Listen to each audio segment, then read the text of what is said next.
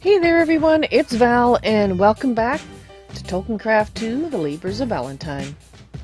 Gotta love the sound of cats in the evening.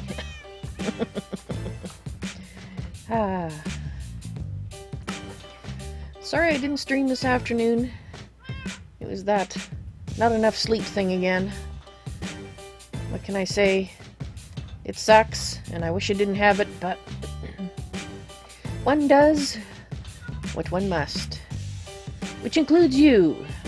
You must move. I need to move you. Okay. I have to notice that every time I take one of these out and an elf sees me looking at them, lately it seems like they're, oh, I better move. I'm going to be putting that golden thing again. Wise decision. Very wise decision indeed. Pussycats. I'm going to be working on castle parapets today, so I'm afraid you can't follow me today either. I know, it sucks. But I tell you what, how about I give each of you a fish instead? I know I have some fish here somewhere. There we go. Oh, wait. Actually, I need more than that, don't I? I actually don't know if Braveheart likes fish, but I guess we'll find out. Here you go.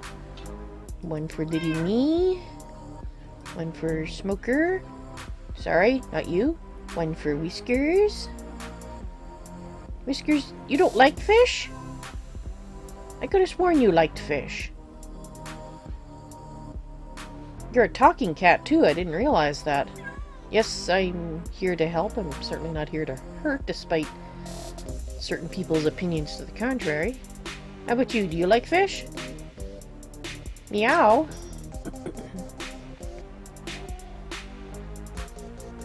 Can I hire you with a fish? No? What is this with cats who don't like fish? That's just not right. Sorry, my throat is acting up today. And Nikon on Twitch. Hello, welcome to the stream. How are you doing today?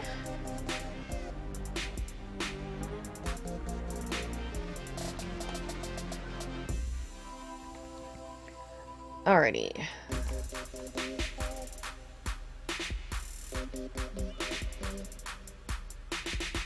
And apparently dusting the machines. Alright, I need to do a little bit of work down here.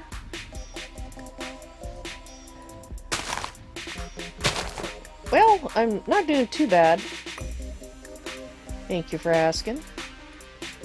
Would have liked to have gotten a little more sleep last night instead of having to do it this afternoon, but I am rested and awake, so at least I'm streaming tonight.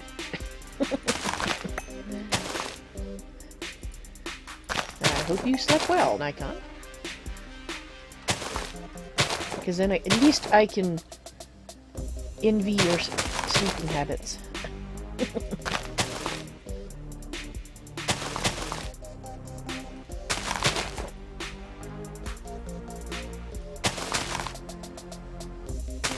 There we go. And let's put that away. Let's have a peek and see if there's... Wow! Not a lot of client hacks, Chococraft. Client hacks, I see. Dense tenor. That would be this. Alright. Let's see about putting in a better one. Let's get this. That. Yeah, we'll just put that one over there. Kind of. You kind of had a good rest. Okay. Well, I guess that's better than not at all.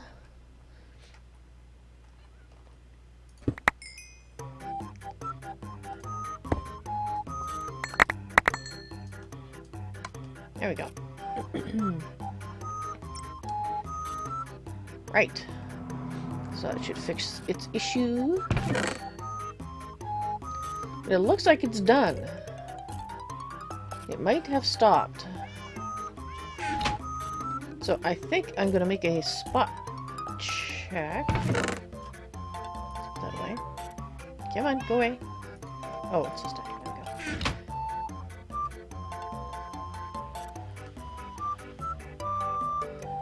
There we go. There.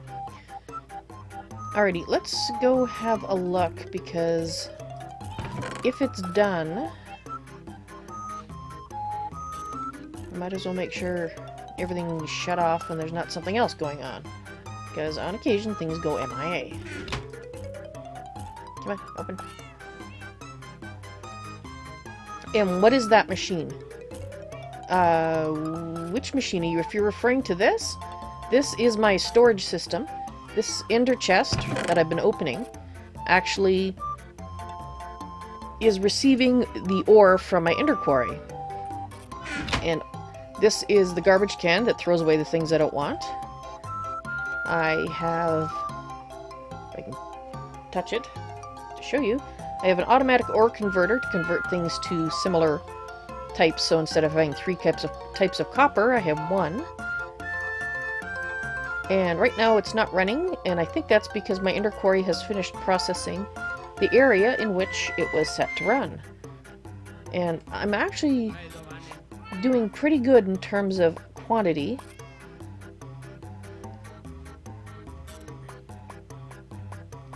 I don't have a lot of emerald ore, but when it was mining, it actually mined an emerald temple of some type, so I got a bunch of emeralds that way. So I think it's going to be safe to turn the whole thing off. Let's put that away. And I really have to sort out my possessions. I got too many things. Not enough pockets. Alright. Did I turn that off? Yes, I did. Let's put this there too. And let's get... Why do I keep wanting to do that? I need you. Okay, so right now we're at my base at Kasi Volto. Oh, actually, I'm running low on fuel. Let's actually add some more fuel while I'm thinking of it. Which, since I accidentally just used one, means I have to add 1 extra. Go back in. There, that should be plenty.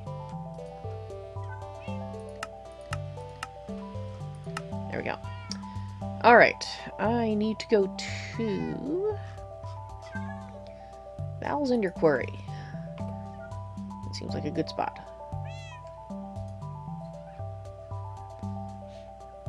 Alright.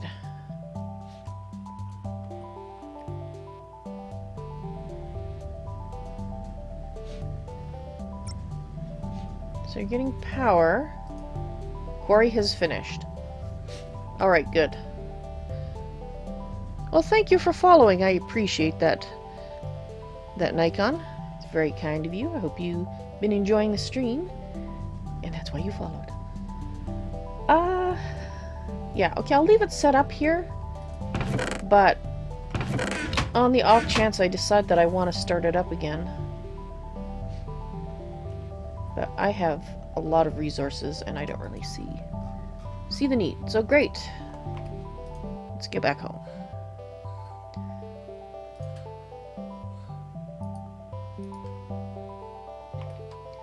Right, so let's get rid of this seed. Don't want the seed. Or did I have the seeds down here? Ah, there. Alright. So I think it is time to go have a look.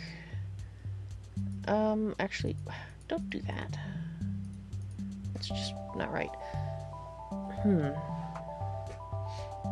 not sure what I'm going to need for the wall. Let's take that out of there. So let's take all of these things out. And I'm probably going to need more bricks. Do I have any bricks in here? I have some. Alright. Let's make another batch. A little bit more sounds like a good idea. There.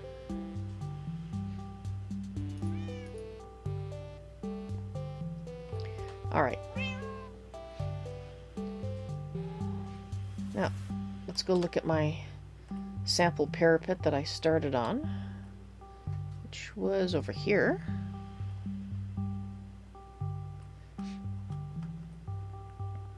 Oh, right. I need these.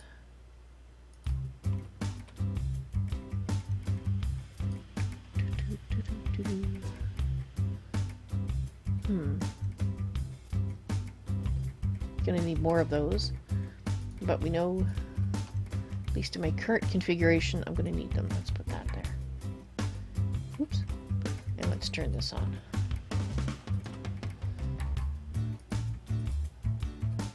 Okay.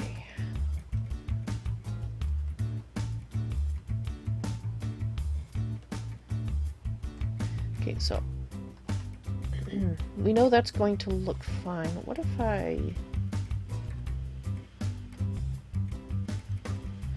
I'm going to take this piece out here because I still haven't decided what the walls are going to look like precisely once I decorate them up. Now, I could do something like this.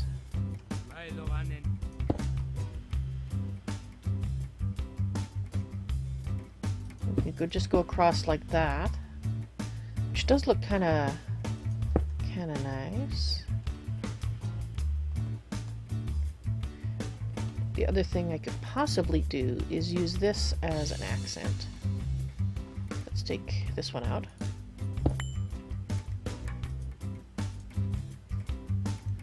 That's a possibility. I don't know. No, actually, no, I don't like it. Don't like it. And the other thing I could try is, come here.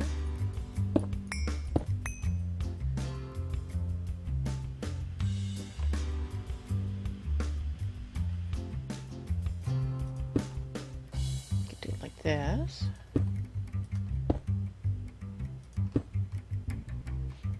No, don't like that.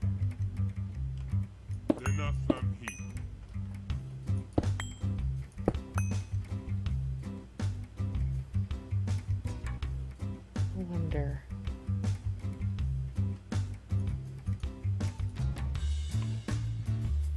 I have to do this like this just so that I can get the right angle.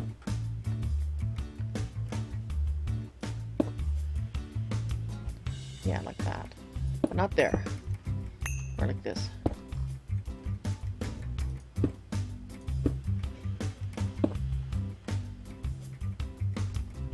No, you're not a corner. You may think you're a corner, but you are not.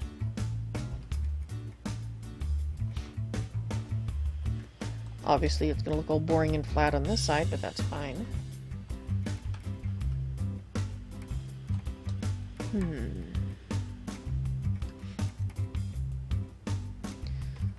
So, if I did that, should I change this out?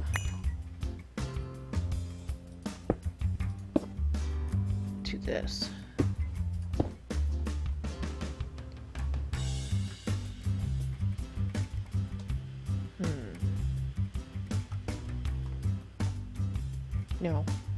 No, it's too flat. Too flat.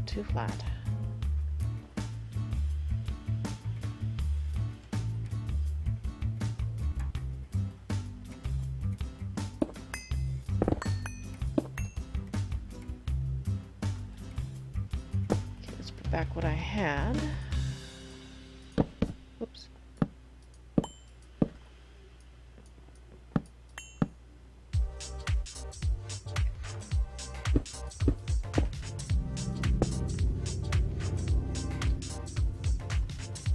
I like that better.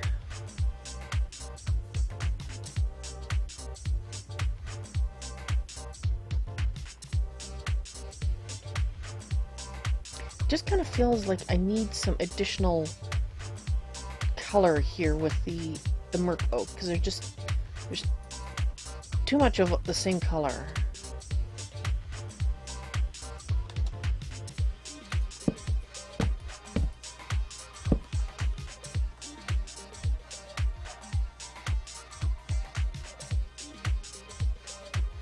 No. I do want some of this in here somewhere. I just have to figure out where, how, and why. Maybe. How about instead of you? Ew. Okay, I need blocks.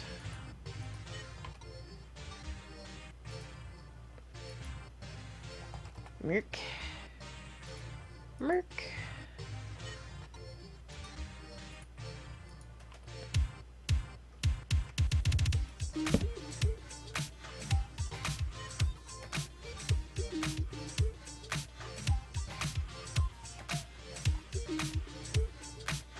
Now I could do a checkerboard pattern like over there, which is what I was staring at.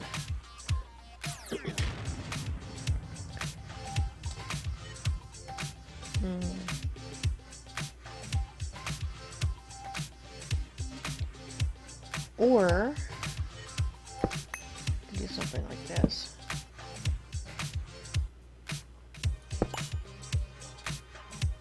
Whoops. Just no. Thank you. Just do this. Did it again. There we go.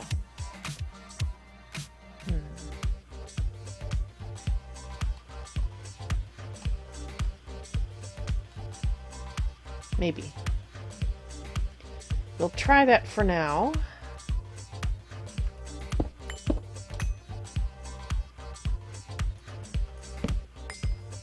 And I was also thinking of changing these out, but we'll do that once we get a portion of the wall built. Okay, so now I need to handle the curves. Now that I kind of decided what I want it to look like. So we need to go out two, so that's probably the simplest part. We'll do that all the way around, which is boring but must be done.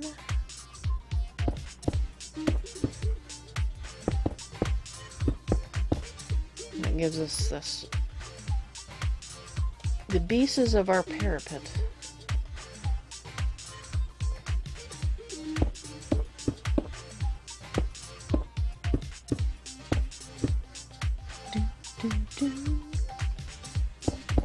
Dancing in midair.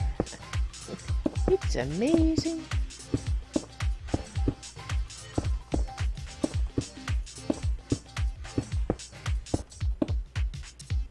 Ew. I guess you are too. You will be too. Okay, never mind. You're good. I did not have the issue that I thought perhaps I had, but I think I have to turn here and go like this. But we have a problem here. Yes, okay.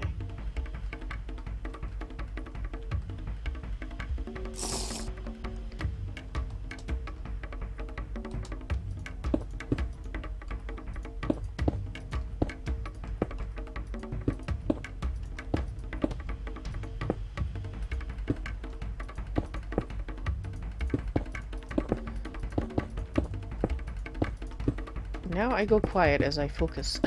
So I will try to think of something to talk about here. I've started reading a new book, which is, I guess you could say it's a follow-up book to a book that I read a long time ago. It's by Graham Hancock, and it is called Magicians of the Gods. I've only read the first 83 pages, but it is looking very interesting. Certainly interesting theories about ancient civilizations.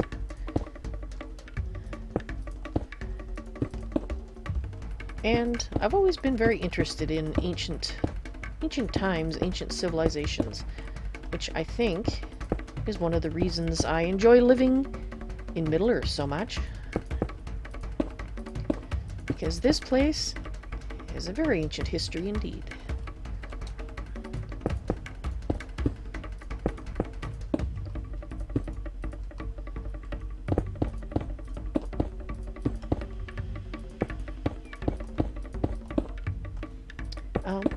Yes, so anyway, the section of the book that I'm reading right now is actually talking about an area of,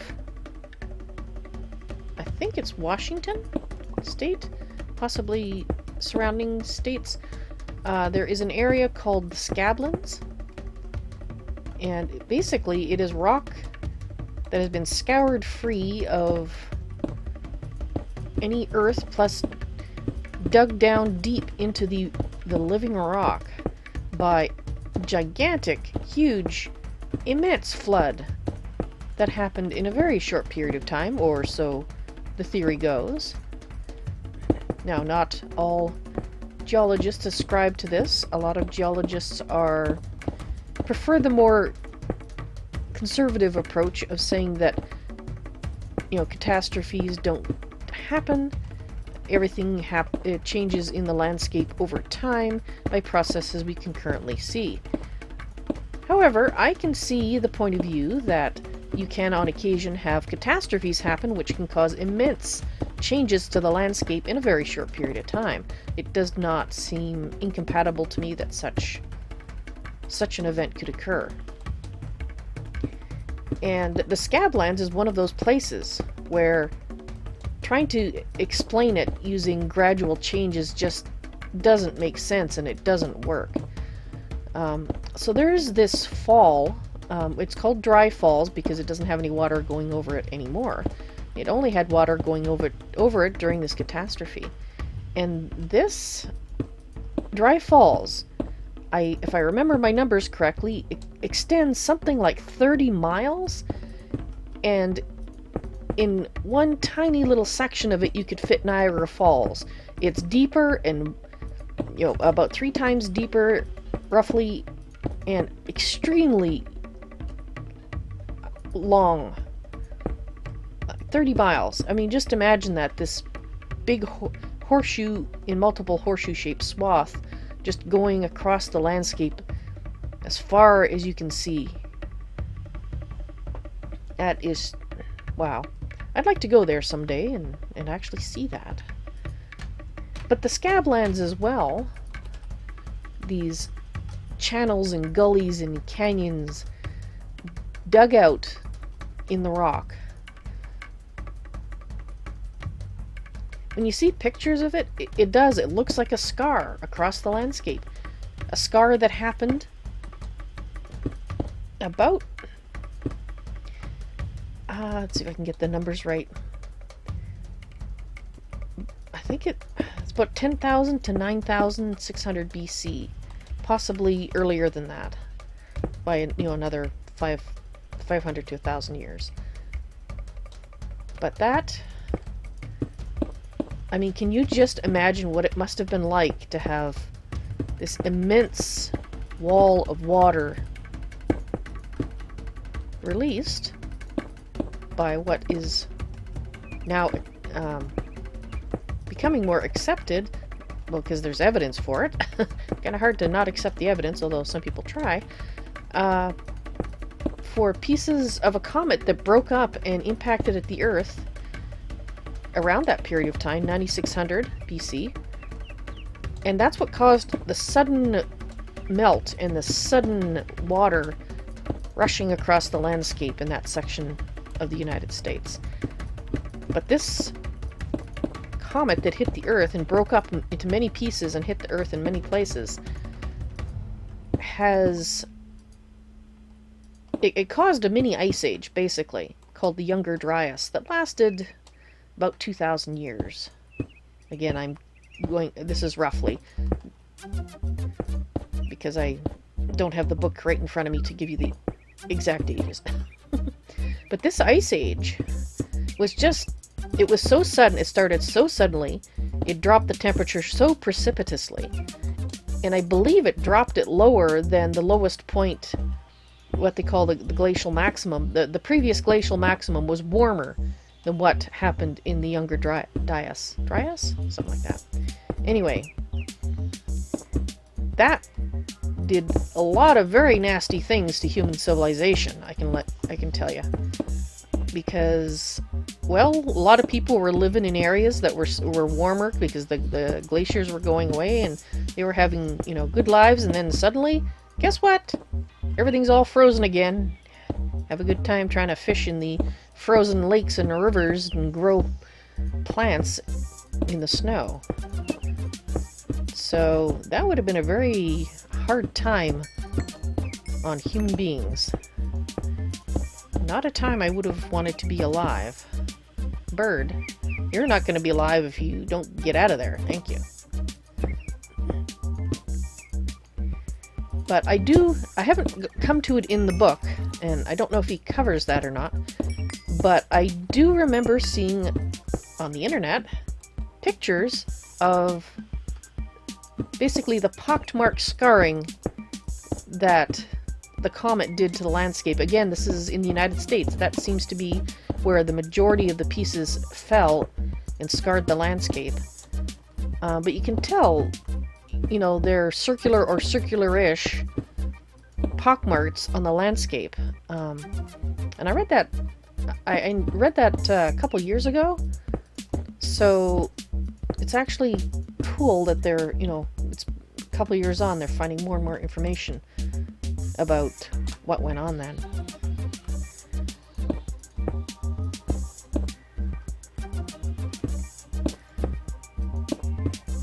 So I hope you enjoyed talking about the Ice Age.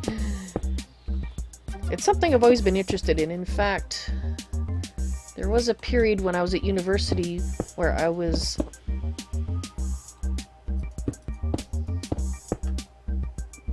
working on a minor in archaeology. And in fact, up until I discovered computers in grade 10, and I say discovered computers because my family did not own any such beast, I had planned to become an archaeologist. That's what I'd been interested in for a very long time. But nope, I found computers, I got the computer bug, and that was it.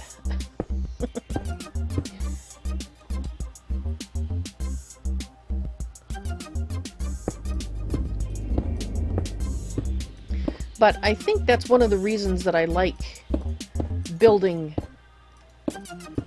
builds in Minecraft that fit into the landscape, that look like they've been here a long time. Because in the back of my mind, I'm thinking of, you know, ancient buildings, ancient sites, and how they look after they've been part of that landscape and had earth and other debris build up around them over time, plants growing. So, in case you ever wondered why I try to fit them in, instead of imposing them on the landscape, I try to blend them in.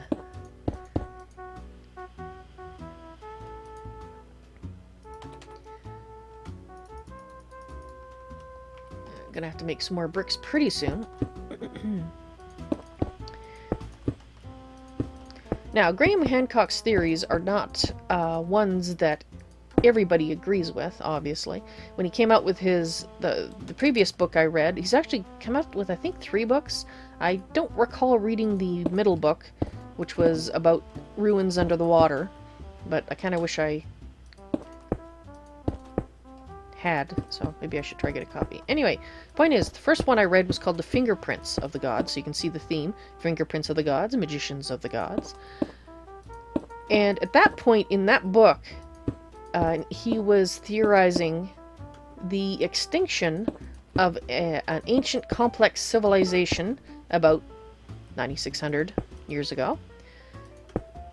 And at that point, he didn't have a way that made sense that the civilization was destroyed. Like, what event caused it? And of course, now, with the evidence about the comet that hit the Earth at that period of time. He now has his smoking gun, as he likes to say in his book, about what caused the decline and destruction of that civilization. Now, there are people who believe this civilization did not exist, that humans only started getting their act together around 9600 BC, and suddenly, in many places all over the globe, invented agriculture and mathematics and building complex buildings. Well, I've always had a suspicion there was more to human history than the prevailing opinion. And the reason that I know that, or that I believe that, is that I've always felt history is written by the winners. Which means anything about something you don't want people to know about can quite easily be removed from the books.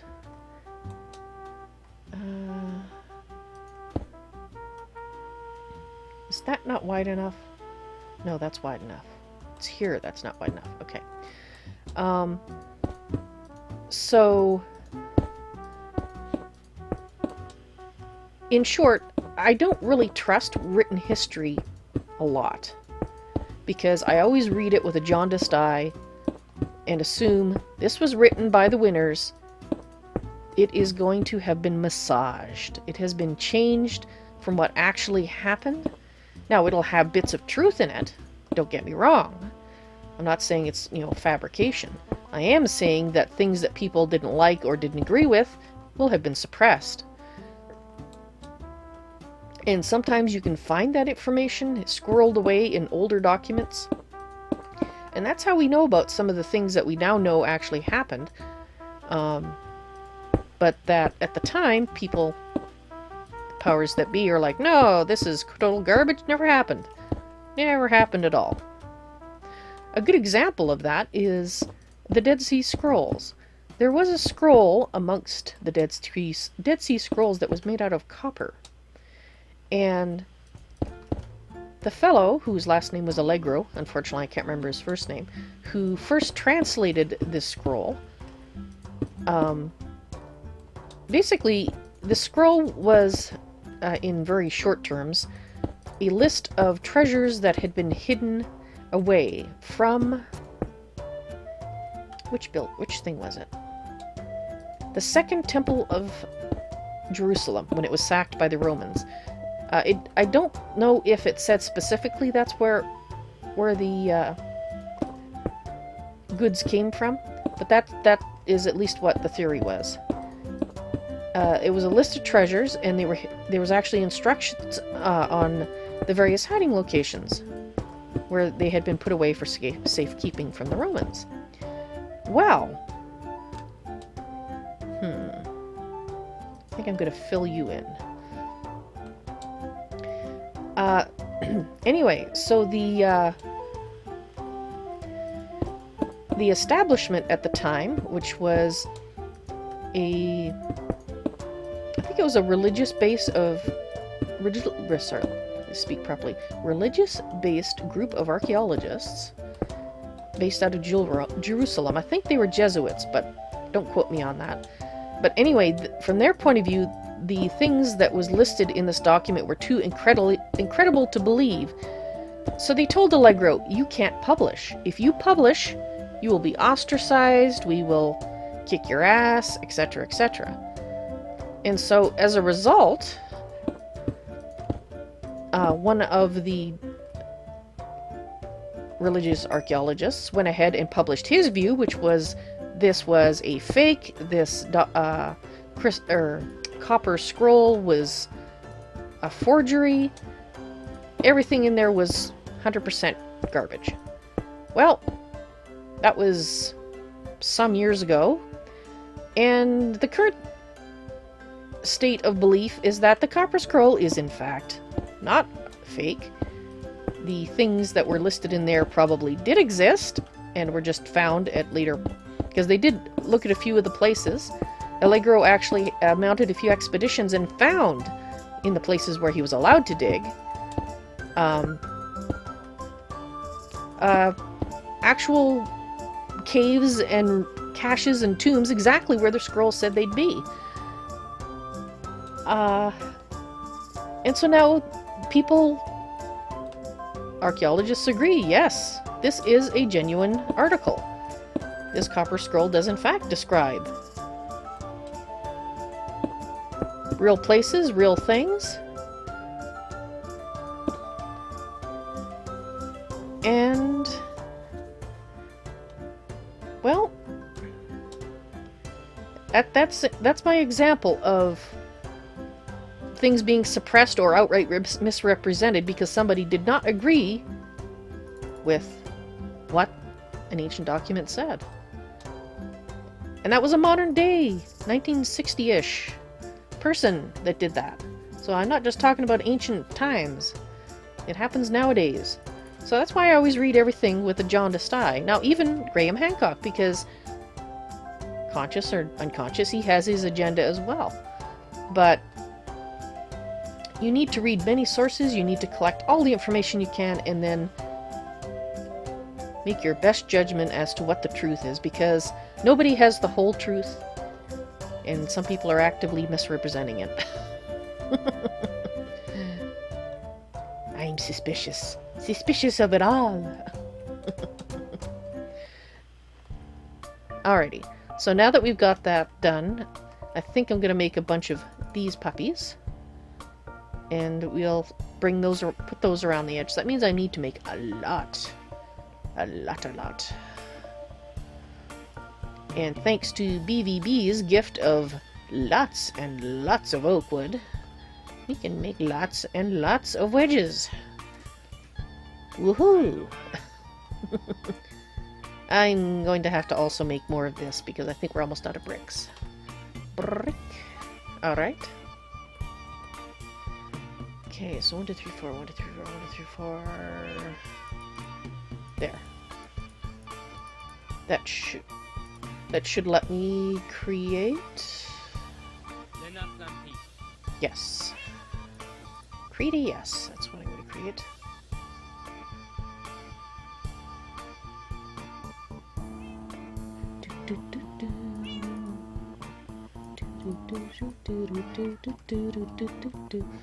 I like to have it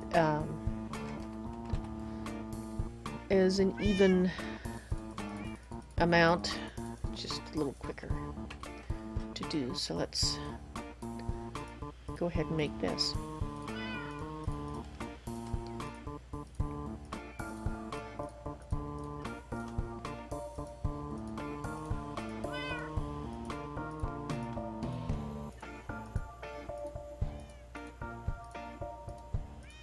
Oop, right in there.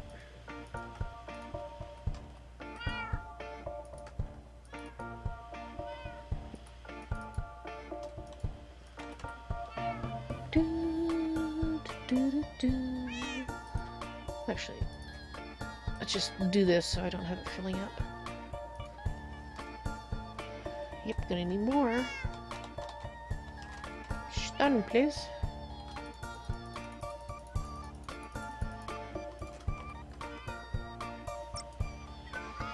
Hey there, BVB! Welcome to the stream. And yes, the wood is coming in handy. And Twitch is buffering a lot for you. Well, that sucks. Sorry to hear that.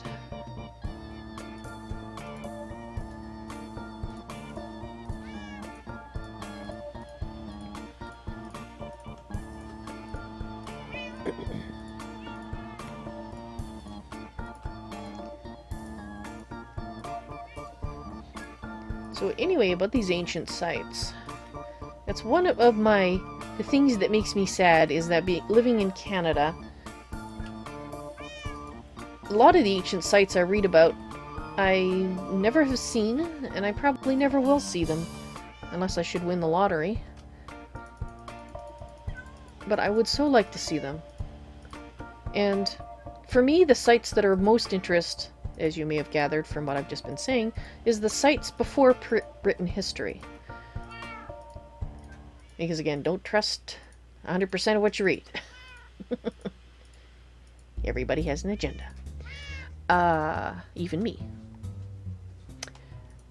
But I know that there are Native American sites and those sorts of things in Canada, and I have been to see those, so I have seen some things, but I'm talking about the anomalous sites, the ones that make the contemporary archaeologists go, that can't possibly be as old as you say. That's just wrong. It must only be 3,000 years old. It couldn't possibly be older than that. Despite the fact you can't actually date rocks, you have to date the organic compounds in which they're located. And if they've been dug out and have been dug out for many, many thousands of years, there's no way on Earth you can actually prove one way or the other what age they are. So for someone to state unequivocally it is younger than other people are saying that they think it might be is wrong, because you could be wrong, they could be wrong, until you find further evidence. Claiming it can't possibly be older than this with no evidence is about as reliable as me saying, yes, you have never seen a picture of me, but I tell you now that I'm an alien with green antennae and blue fur. You have no way to prove this isn't true. So, yeah.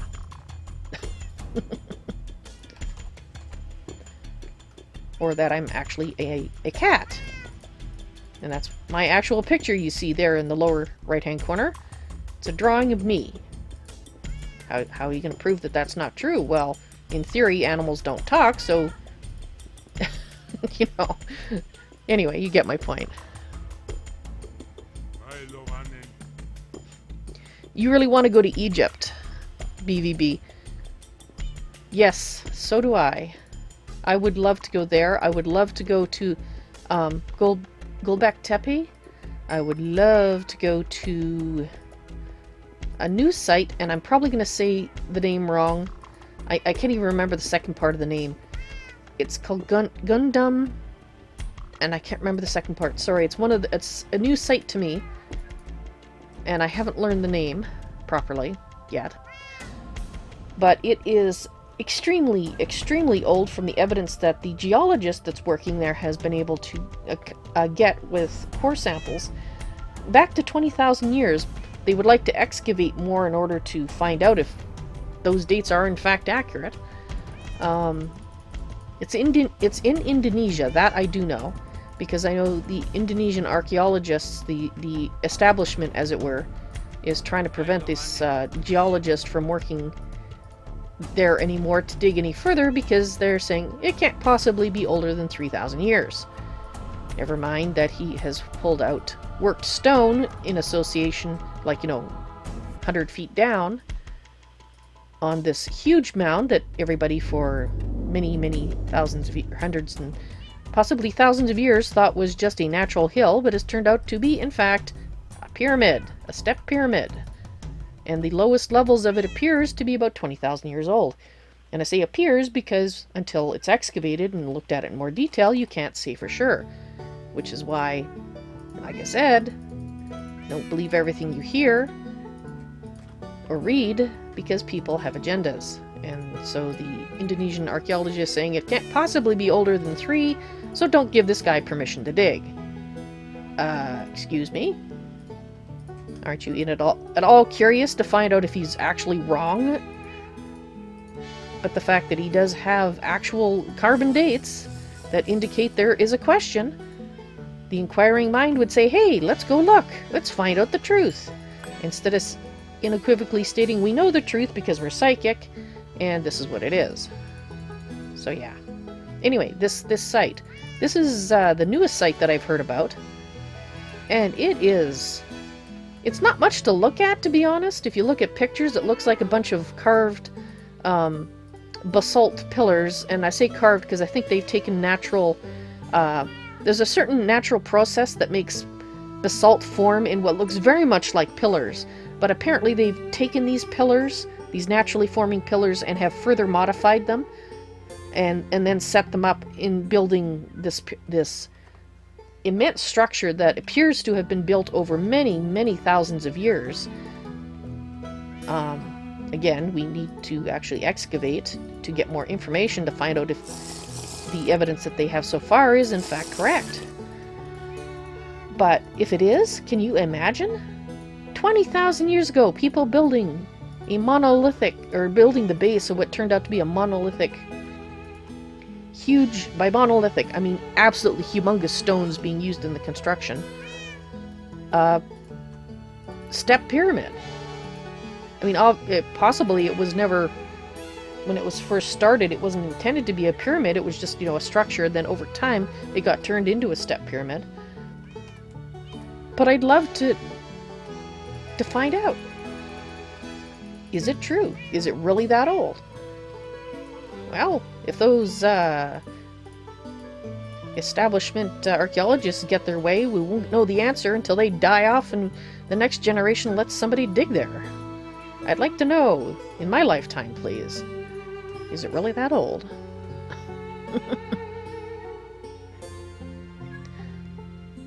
Ah, that's a theory, BVB. Maybe the guy saying no is someone that knows and doesn't want something revealed. Or he's afraid of the answer. Yeah. Maybe he really does not want to know that it's that old, so... But that's why I try to keep an open mind and look at what the evidence actually says. But if people won't actually let you collect the evidence, that's a good way to hide the truth, isn't it? Like I said, I'm telling you now, I have green antenna and blue fur, and then I'm an alien. I dare you to prove otherwise. Because I say so. That's what I am. Now, all you need to disprove it is to get an actual picture of me and say, this is Val. This is Val in the flesh, to prove or disprove what I'm saying. But I'm not going to let you. So there. Why do I have a feeling somebody just dropped dead? Lovely.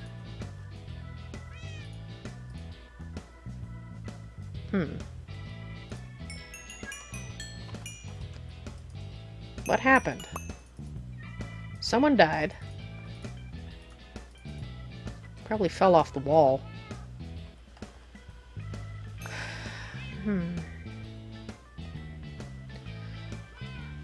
Where's my house staff? Okay, look. You're not my house staff. There you are. I seem to have collected a bone of one of your compatriots. I'm very sorry for the loss, whoever it was. So if you find out who it is, the bone is going to be in a box over there, and you can see that it's buried appropriately. Or tell me about it and I'll see that it's buried. But we kind of need the name of the poor unfortunate sod that possibly fell off the wall. So, yeah.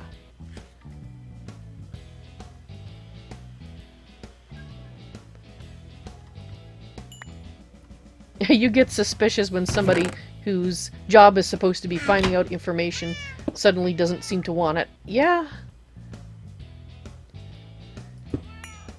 I agree, BVB. Apparently the previous person who fell to their doom has not been claimed either. Well, at some point we might have to have a funeral ceremony for the unknown soldiers that fell to their doom. Sadly. Sad for them and their families, I mean. Stone, please. Alright, once I make this batch here, I'm gonna have to take a break of about 5 to 10 minutes. I have a cat who needs dosing. And a husband who wants to go to bed. Because he has to get up early tomorrow. And by early, I mean 5 a.m., so...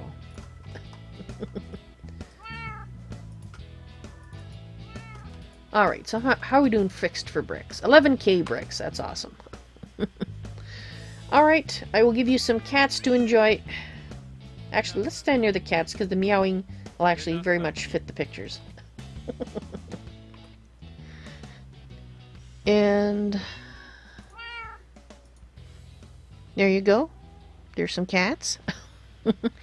And I will turn the music up a little bit, and I will be back as soon as I have dosed the feline needing dosing. See you in a bit.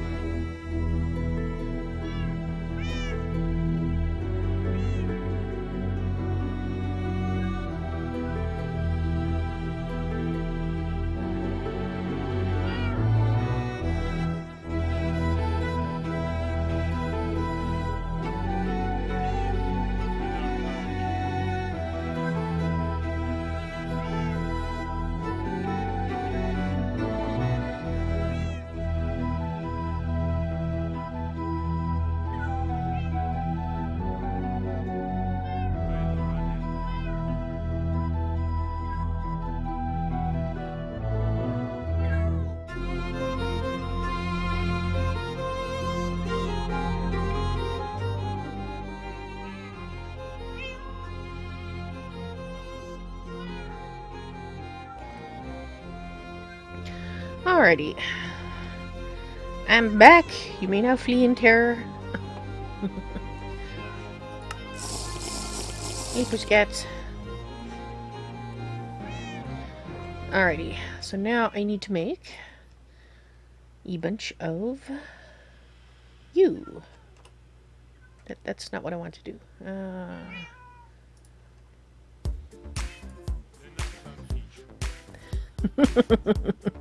Nope, there goes BVB fleeing across the landscape. Excellent.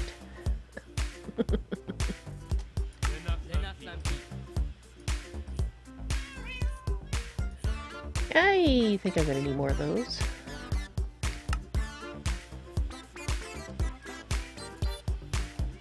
Apparently I'm gonna need more of those too.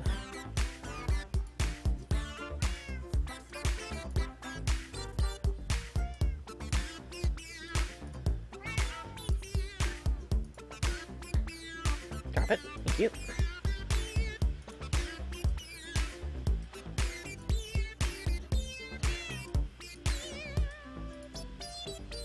Let's make sure we have lots of those too.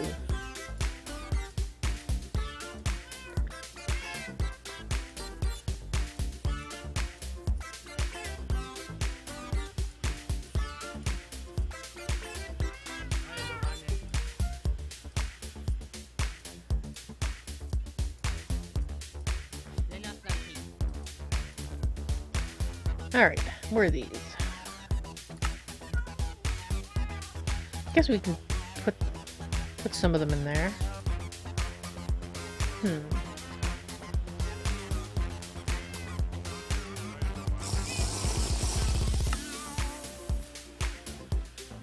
Do do do do do. Do do do. Do do do do do.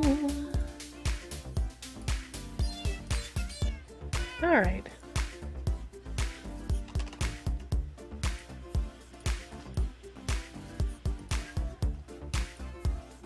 Sure, we'll take them all out. Despite what I just said, I'm gonna change my mind, because that's my prerogative as a female.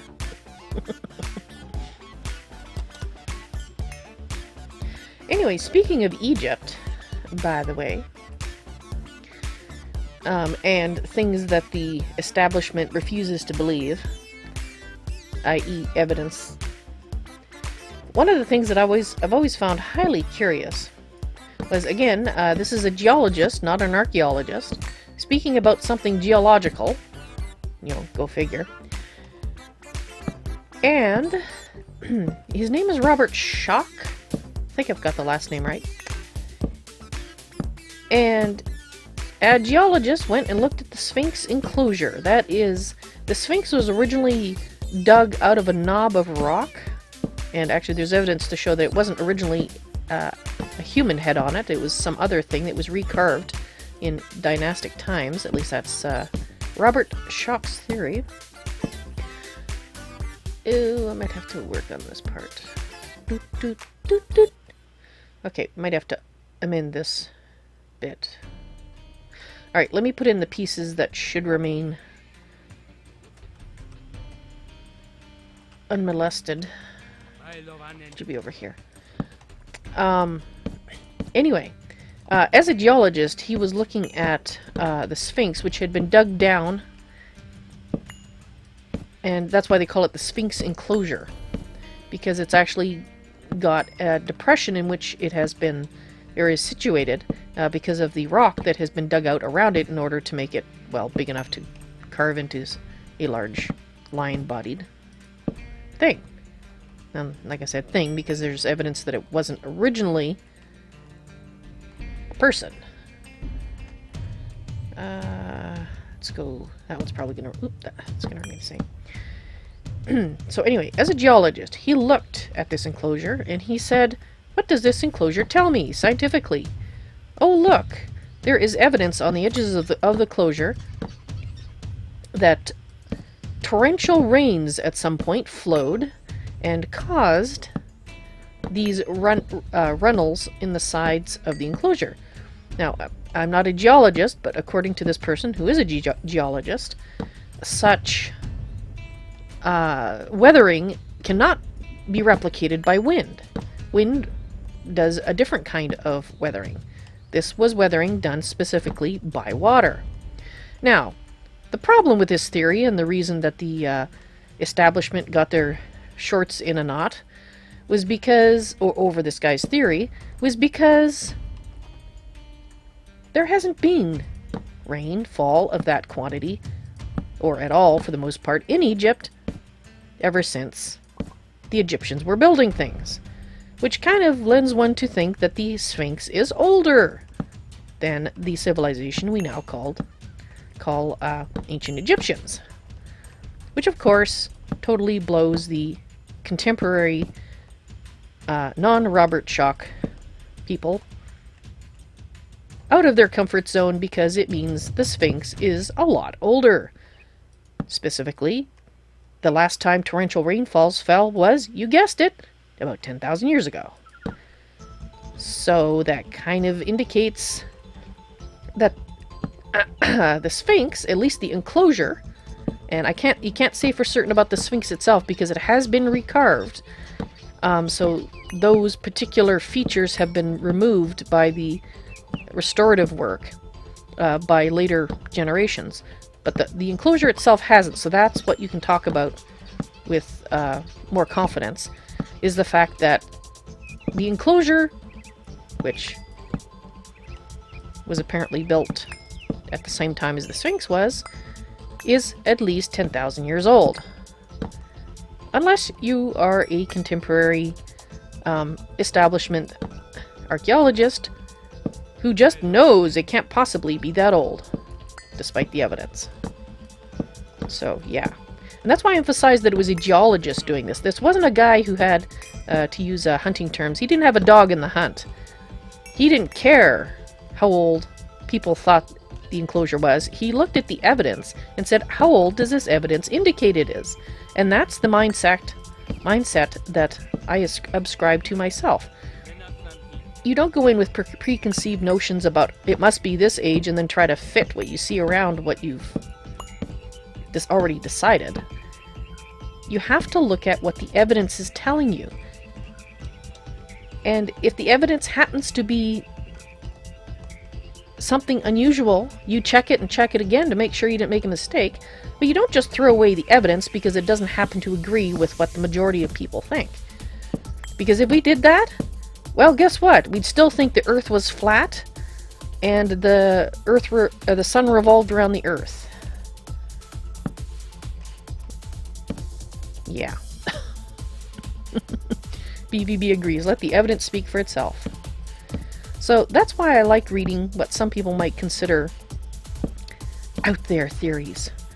And sometimes I read them and I say, yeah, this guy or this woman is out there. Because they don't actually have evidence. But other times, like Graham Hancock, Robert Schoch, and many others, I can't remember his first name, but Allegro, with the Copper Scroll, what they're telling you is based on what evidence they've got. And they're saying the evidence, this is the evidence, this is what I think the evidence means, but they're providing you with the evidence as well, so you can decide for yourself. Because like I said, everybody has an agenda, even if they aren't consciously promoting it. And as a thinking, rational individual, the best way to get at the truth is to look at the evidence yourself. And don't let somebody else tell you what to think. Because like I said, if you follow that route, the Earth is still flat, and the sun revolves around the Earth. Alright. Now I'm going to have to stop talking about my secret passions and pay attention to the build here, because I've got to figure out how this is going to fit in.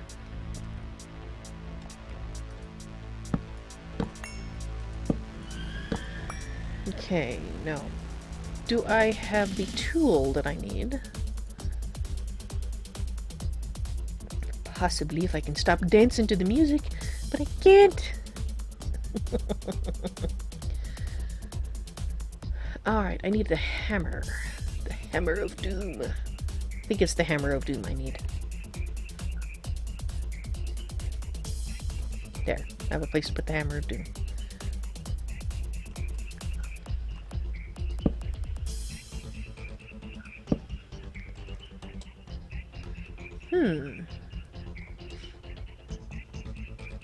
Let's put the rock on it.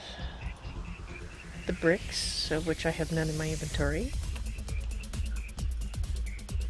That's not a brick. Or it's not a thing with which to get bricks, rather. It's delicious, but not what I'm looking for.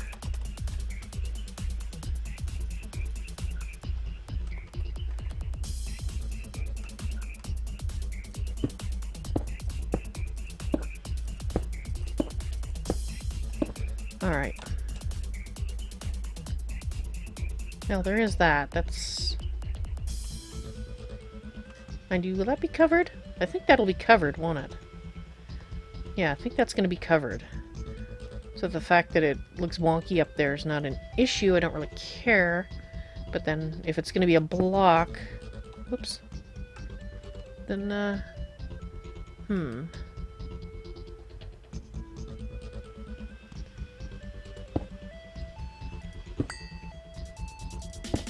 Yeah, that's the one I was originally thinking of doing. Do I want that? Yes, I do. Yes, I do. I want that. Now, do I just want it for the corners, or do I want this look going around? Because we could have...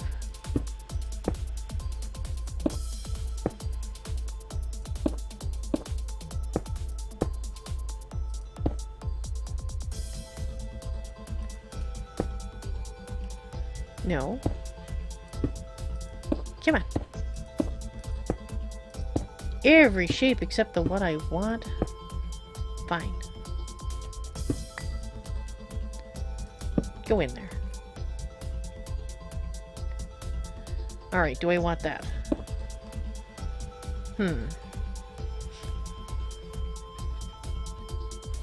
You know what? No, I think I like best what I originally had.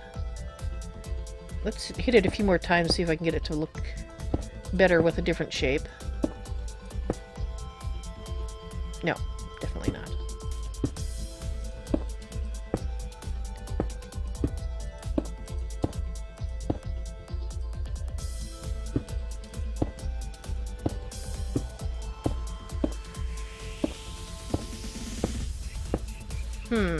No. Okay, let's go back to what I originally had. Because I think I actually kind of like the way that it looks kind of jutting out like that. I do want that corner there, but this, I think I actually like that. I need to do a little bit more of it to... Let me see if I do in fact like it. So it means that probably the corners will only occur where the towers are.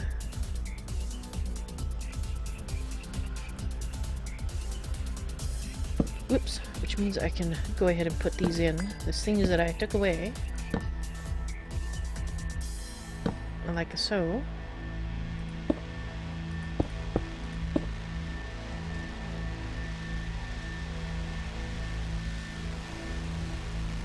Alright. Okay, so here is a question. Let's fill these in. We'll go around.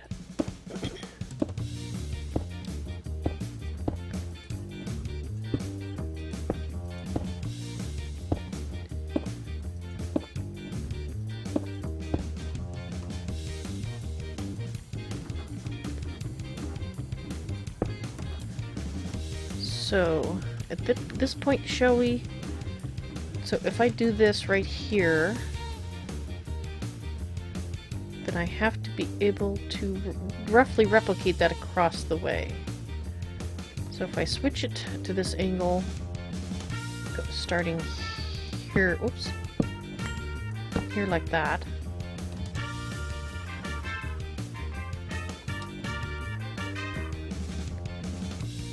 Okay, just so we can see, it has to go across like this.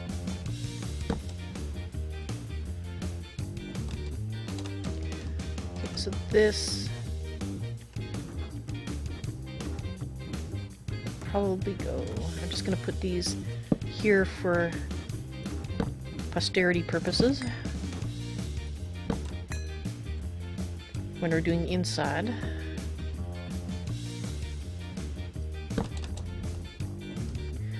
It's right here.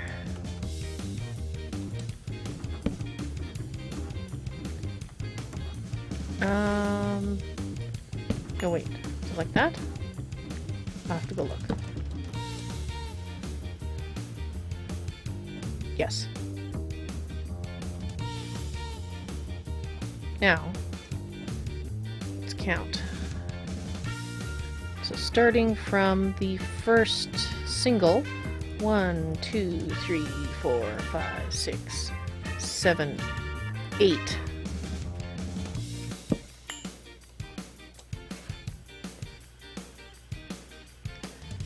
So we're standing here.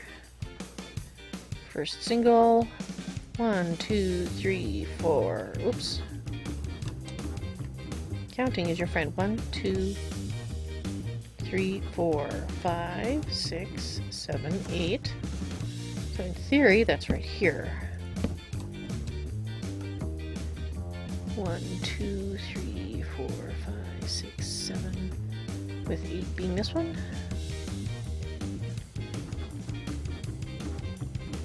Yes, okay. Now this one, the 8th is gone because the tower's there, so we don't have to worry about that one. On this side, the tower messes things up over there.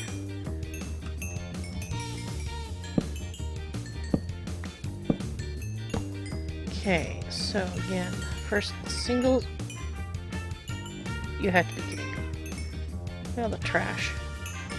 1, 2, 3, 4, 5, 6, 7, 8. So there, oops, there.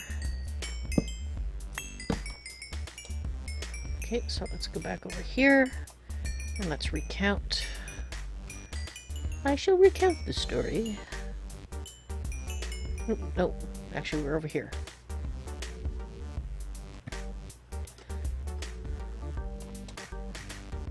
Okay, so that's actually this one.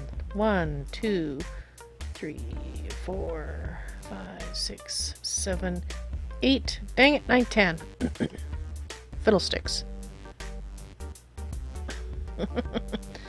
That's why I always recheck and double and recheck again, because, you know, 1, 2, 3, 4, 5, 6, 7, 8, 9, 10. So it should be on the 10th one.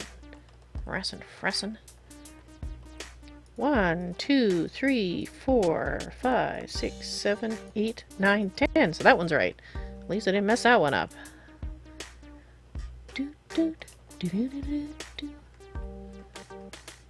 1, 2, 3, 4, 5, 6, 7, 8, 9, and 10.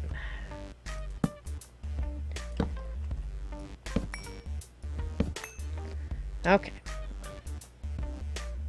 And we'll do that.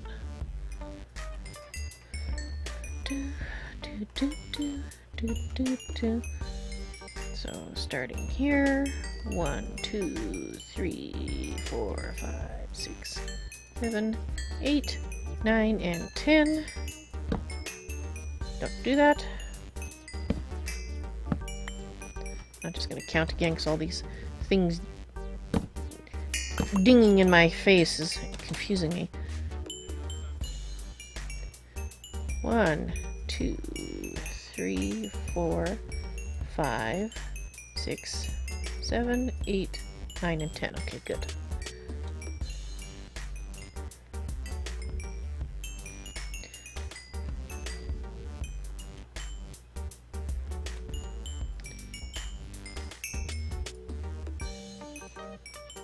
That's not what I wanted to do. I'm trying to swap these. Thank you. I'm gonna swap these. I'm gonna put down a trash can so I can get rid of this crap.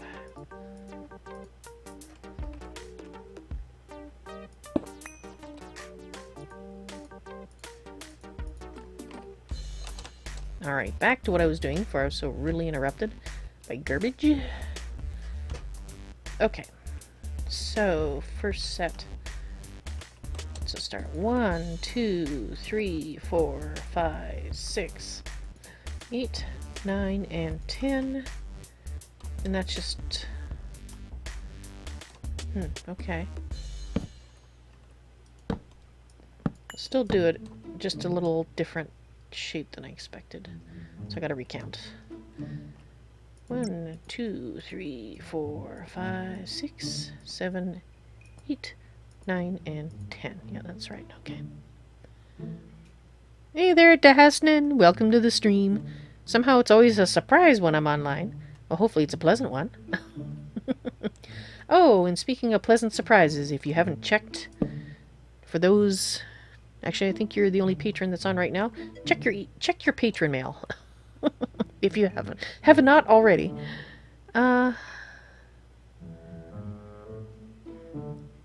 Okay, well, if I do run out of wood, then BVB, I will definitely go raid your base.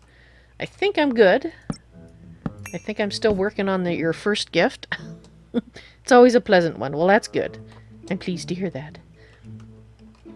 1, 2, 3, 4, 5, 6, 7, 8, 9, and 10. So it should be this one.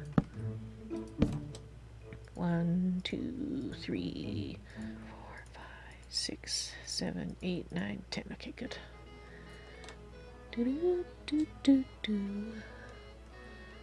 Okay. Now, I should be able to go around and pick these up. Oh, no, I put that in the center.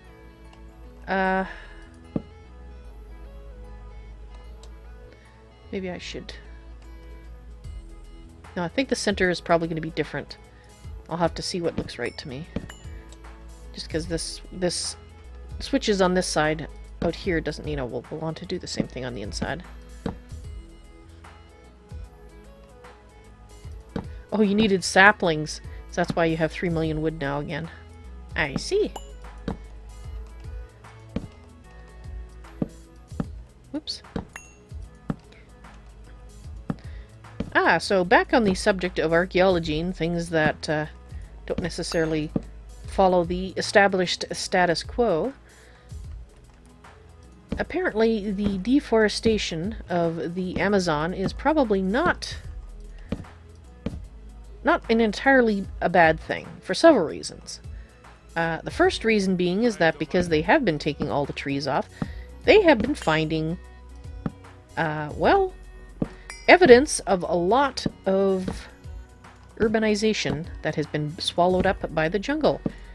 I'm talking canals and building shapes, moats, and basically a lot of things that people didn't think was possible for the natives to have been doing.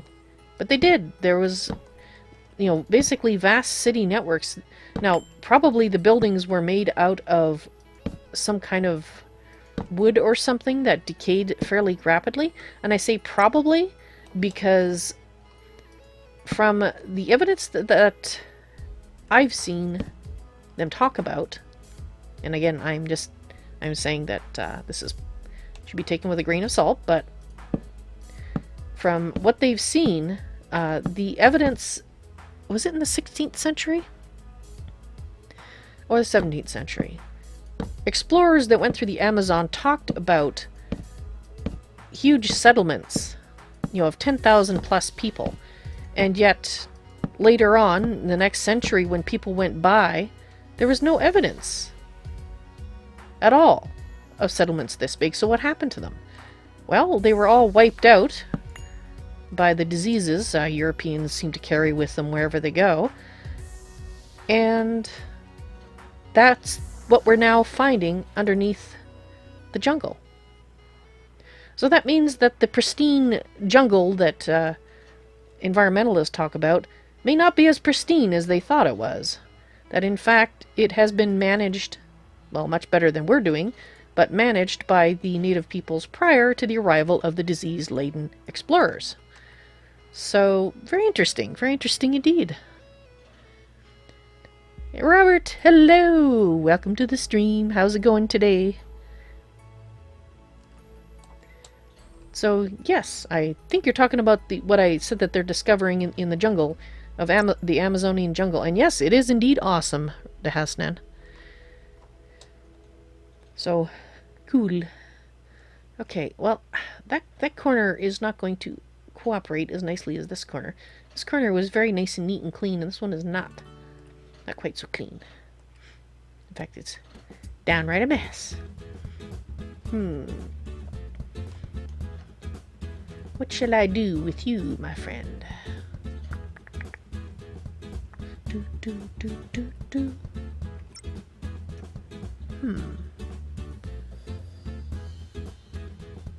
You're glad to be off tomorrow, even if I'm going to be working you like a slave. Yes, I will. But you're a volunteer slave, though. Don't forget that.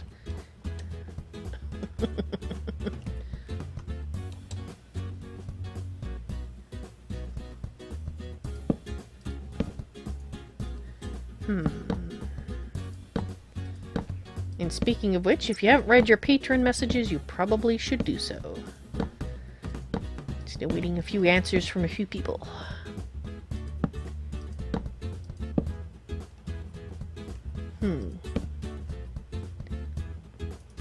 Get out of there. You're just bothering me.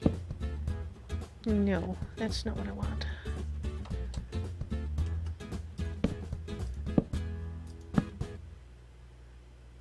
See, I want that, but the other way around, I think. Oh, wait. Is that what I want? Okay, that might actually be what I want.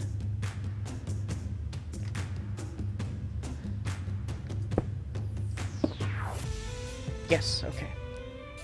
Now we need you to do the same thing. No, that's not it. It's still not it.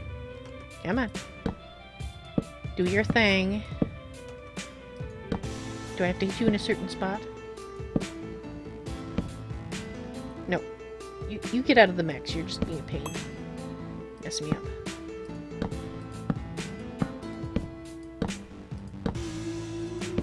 No, come on. Upside down, the other way. Thank you.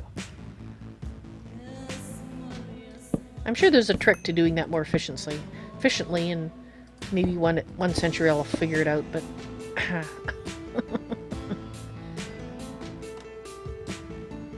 Okay, we'll do that.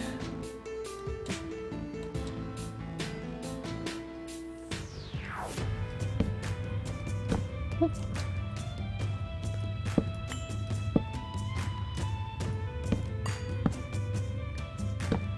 Yeah, so anyway, in the jungle.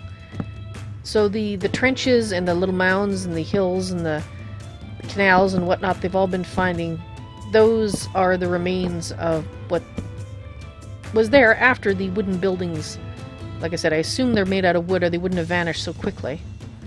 I imagine wood does not last very long in a humid, wet environment. So I can see them vanishing quite quickly. So that when, 100 years later, when the next round of explorers came by, they didn't find hide nor hair of large quantities of people.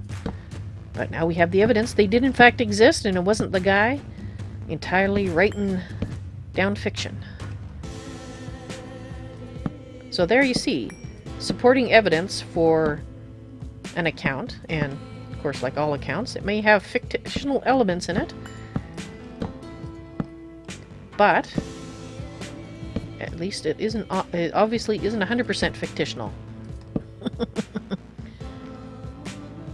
Life is far too short.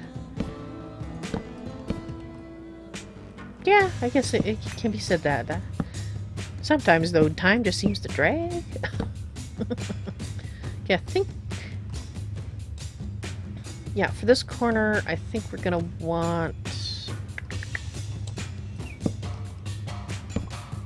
We're gonna want... No, not you. Do I want you? Do I want you? Actually, I might want you.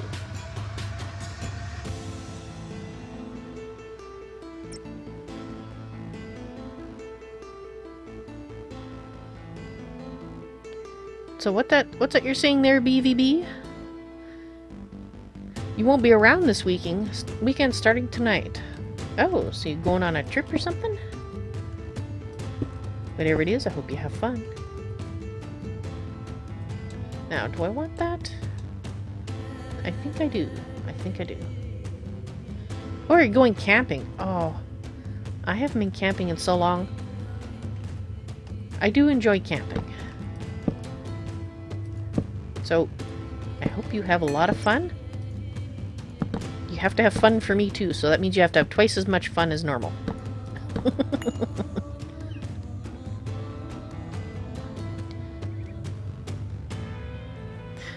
Oh, that's a good point to Hasnan. I don't know, but it would be interesting to know if anybody had interviewed the survivors to find out... Oh dear. Right, we're gonna have to do something here. To see if they have stories, traditions of larger settlements. I mean, they ought to. But in the things that I have read, I didn't actually read anything one way or the other talking about that. Okay, let's put this in the center where it changes on this particular one. So we got 1, 2, 3, 4, 5, 6, 7. Perfect. So that means it should change right here. Like so. Okay. I mean, because it would make sense that there would be, if it was not that long ago, you would have some kind of oral tradition, you know. My great-grandfather's great-grandfather, you know, lived in a big city. Until those lousy explorers came by and diseased us all. Okay, so we have 2, 3, 4, we have 6. So it's not really even, but if I put it here, once I get finished massaging that corner, it ought to look reasonable.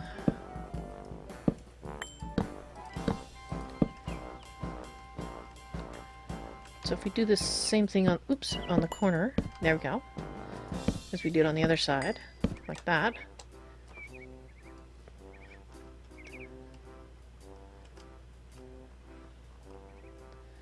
Yeah, and then we can go like this, right? I think that will look okay. Let's just fill it in.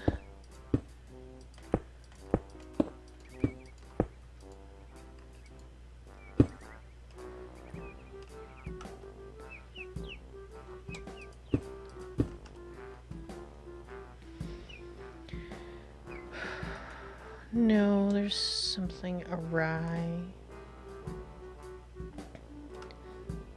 Doesn't look right. Wonder.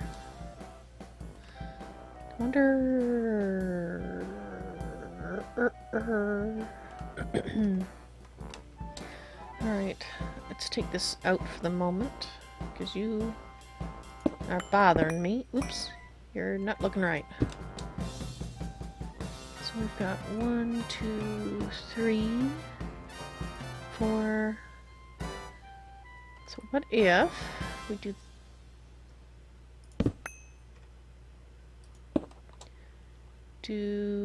what do I do? See, because I was thinking it would look pretty cool if I... Can't really do that, can I? No, I can't. Oh, come on. Might have to do...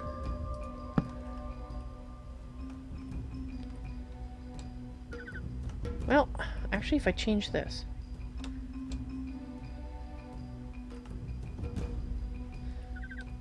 The problem is it messes up this, which does look cool, but...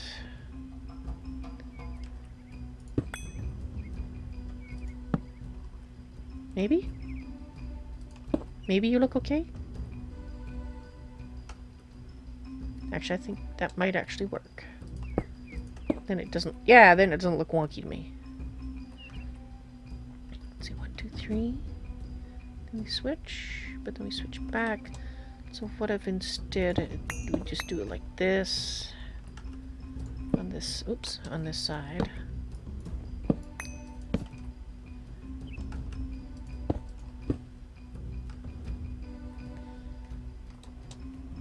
Whereas this side, we'll have the little corner, but I think that'll be fine.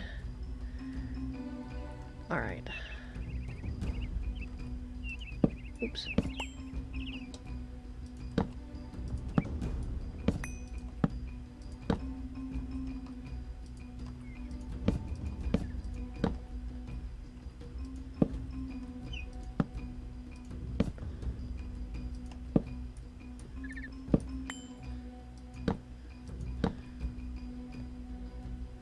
Right. No. And now if I recall... No, come on, do what I want. Do what I want. There we go. Now if I recall correctly, we had a corner like that over here, and yes, that's what we did. Let the carpenter's blocks flow through me. It's magic.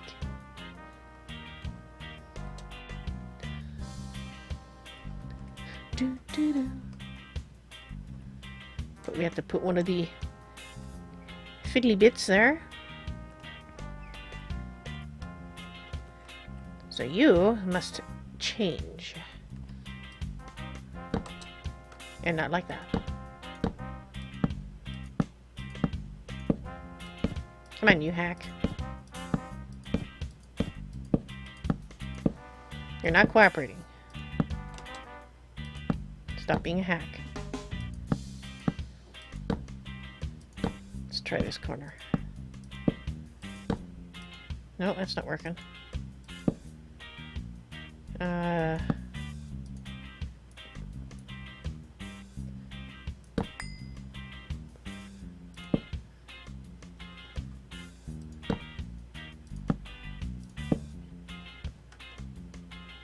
You're upside down.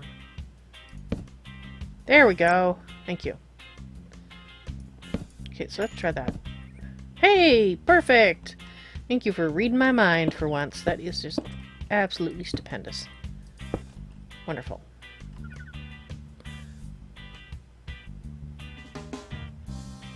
You're a little more benign than Emperor Palpatine, but you like his style. I see. Good to know, Dahasnan.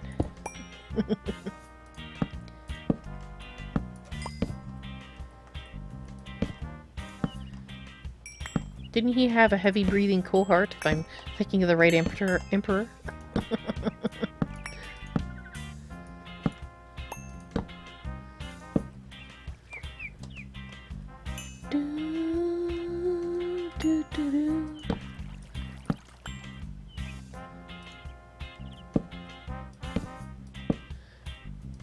Oop, nope. Thank you.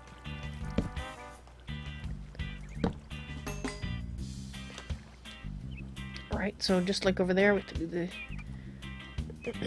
same bit of fun and games, I think? Isn't it? No, this is a different one. This is a different shape. I think it just goes like that. We'll go and look in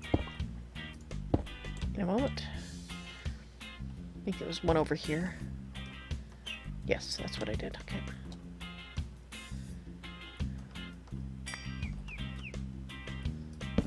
No.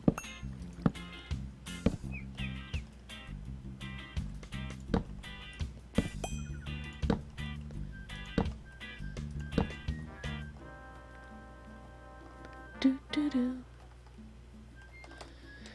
Do do do do do do do.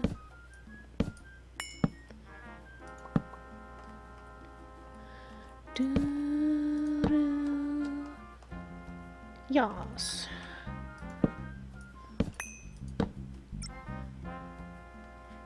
You can't play Minecraft anymore without carpenter's blocks and chisel. Yeah. And for me, micro blocks. Although in this build, I have been avoiding micro blocks. Not because I don't like them, obviously, but for ease of updates.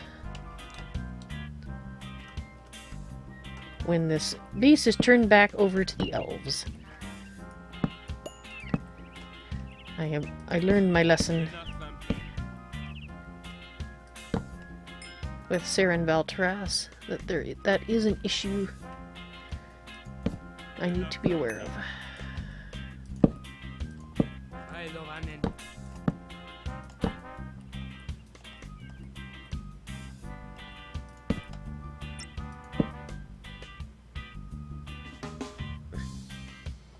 I will adore chisel and bits in 1.8. Oh, most likely.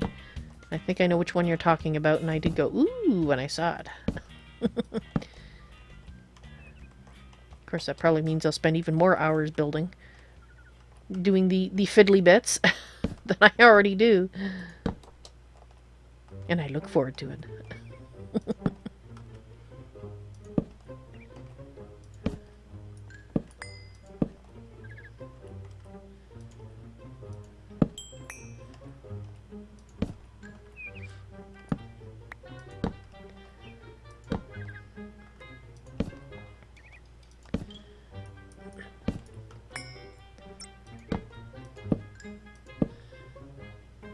You thought of me the minute you saw it.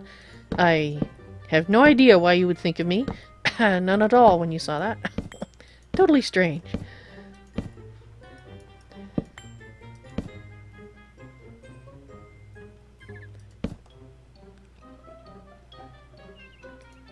Vizzle and Bits.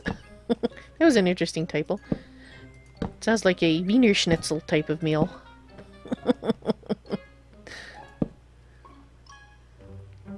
Okay, so we had another one like this. Did I do this? No, I didn't do that. I think I did that, yes. Okay, but we gotta find it. Show, my little friend, what do we do with you? Where is that corner? Was it this one? No, it wasn't that one. I know I had one like that. I can't remember what I decided to do with it. Was...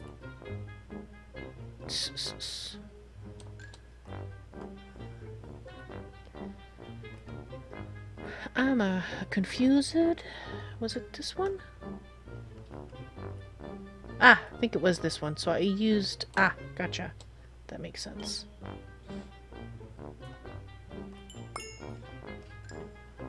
So it was that, and then I took these, and I said, let's put you like this. No, like that. Oh, perfect. Can we do that again? I'm trying putting it in different places to see if it'll... If I can figure out... okay. So I need to put it in that corner? Right there? We'll have to try that on the next corner where I need to do those.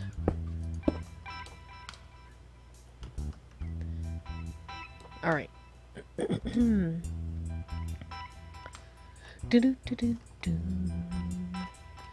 Yep. I approve that corner with the official Val seal of approval, like that. I.e. a block that I put in the wrong place and a block that I didn't need to dig up.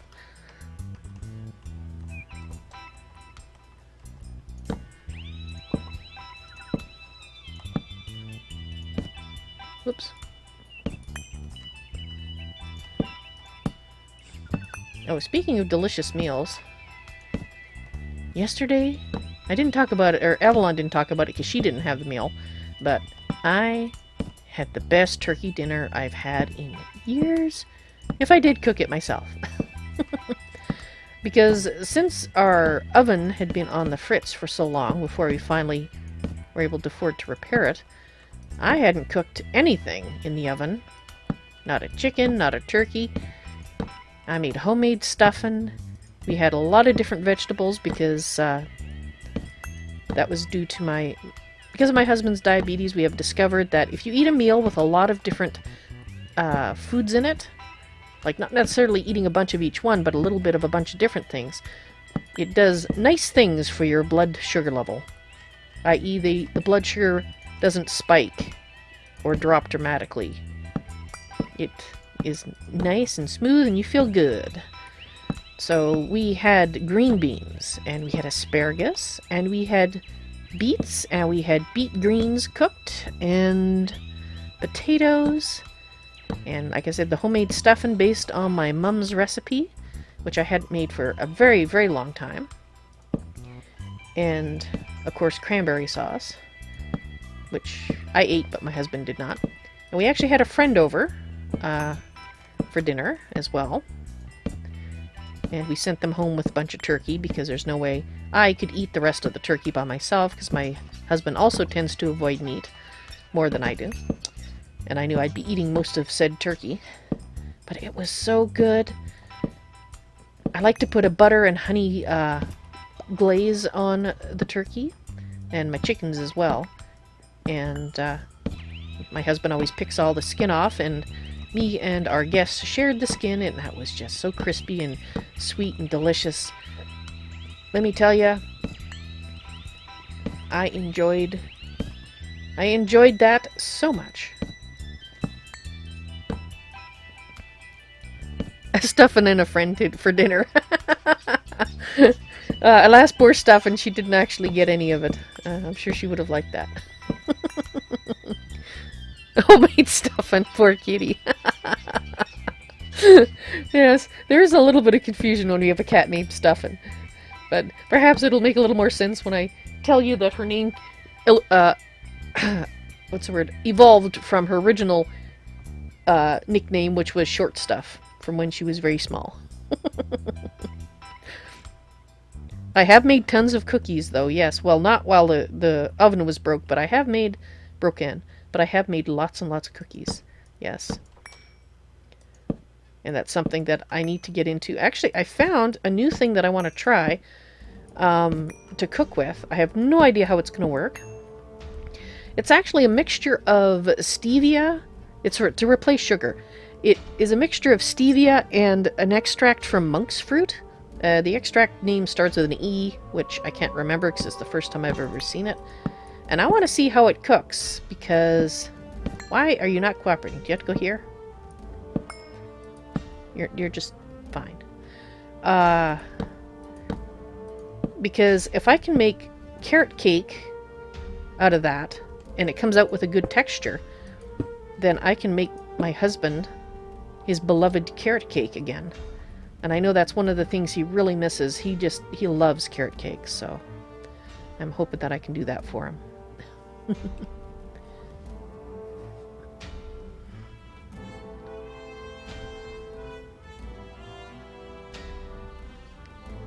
Ah, your dog's names have been evolving too. Yeah, that always happens with our cats. Their names...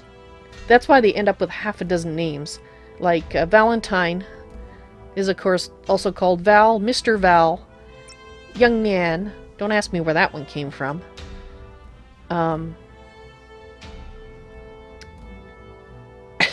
of his nicknames when he's being bad is Ass Hat. And Mr. Hat. That one's an affectionate one. So, and when because he likes to try to rush out of the building whenever we open the door. We also have a nickname for a place that he's put. He gets put in the hat box so he doesn't try to escape. Which is the bathroom.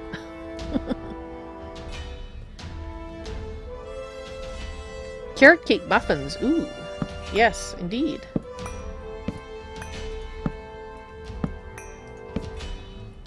So obviously the carrot cake wouldn't have any icing on it. Cream cheese icing. Although I could make half with cream cheese and half without. But I could also try making the cream cheese icing with the sugar substitute, the natural sugar substitute, and see how that comes out. So,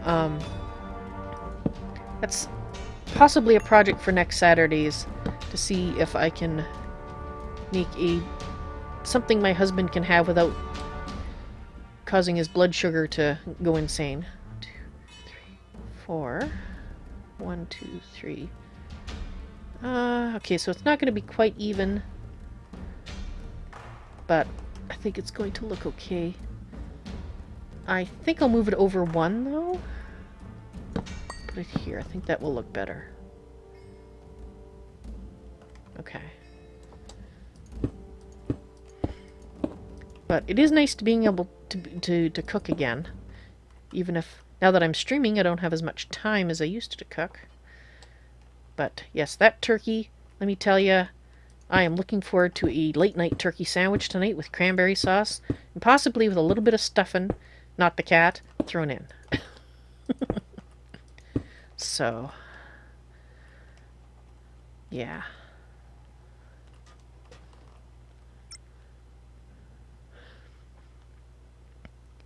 Ah, BBB, so your dog is being called Baby Girl, Little Face, Fifi, Fee-Feet? Oh, I see, because it's named after a dancer who has duck feet, toes pointed out, where it's just like the way your dog stands. I see. Cool. Like Stuffin'. Let's see, let's go through I'll go through all like the interesting names that I have for my cats. You need to... Do you need to do something? Yes, you're not supposed to be there. That's the whole problem. You're messing things up. You're just wrong.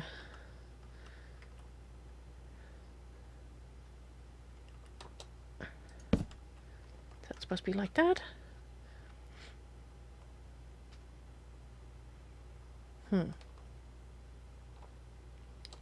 hang on here. I'll go through cat names in a moment. There's something awry. And I can't figure out what it is. Oh, that's where the curve changes. So you're supposed to be like that. That's what the issue is. Alright. Yes, okay. Stuffin.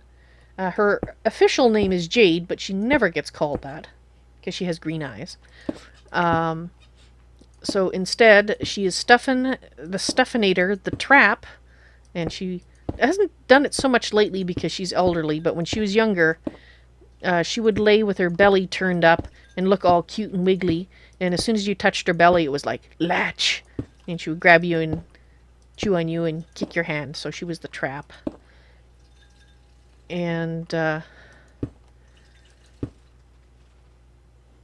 think Dave has another name for her, and it's escaping my brain at the moment because he calls her that, not me.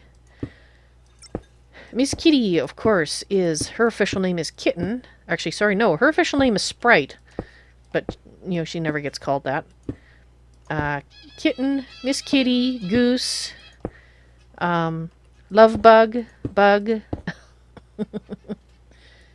Let's see, and then there's Smoker, who is Mr. Smoke. Smokin'. Lion King, when he's got his summer clothes, i.e. his line cut. And, of course, the arrow. And Twix. She's Twix, Miss Twix. Betwixt and between. And, due to her hunting prowess with the mice, the Huntress. She's the only cat in the house that reliably catches mice. So when we have a mice infestation in the basement, which we've had recently, she has been the one to take care of things when we open the basement door and let her do her work.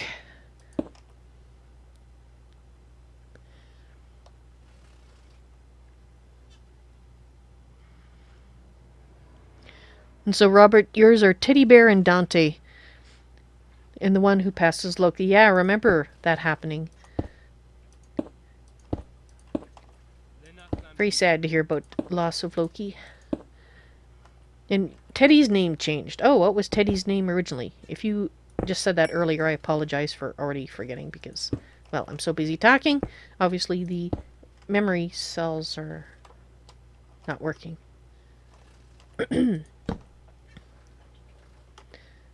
There.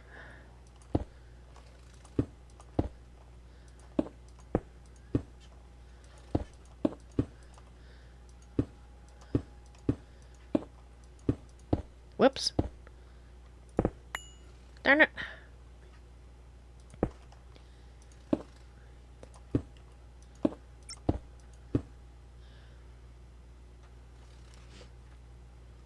Your friend's cat is Emerald Forest Zul Minion of Gozer, or Zuli for short.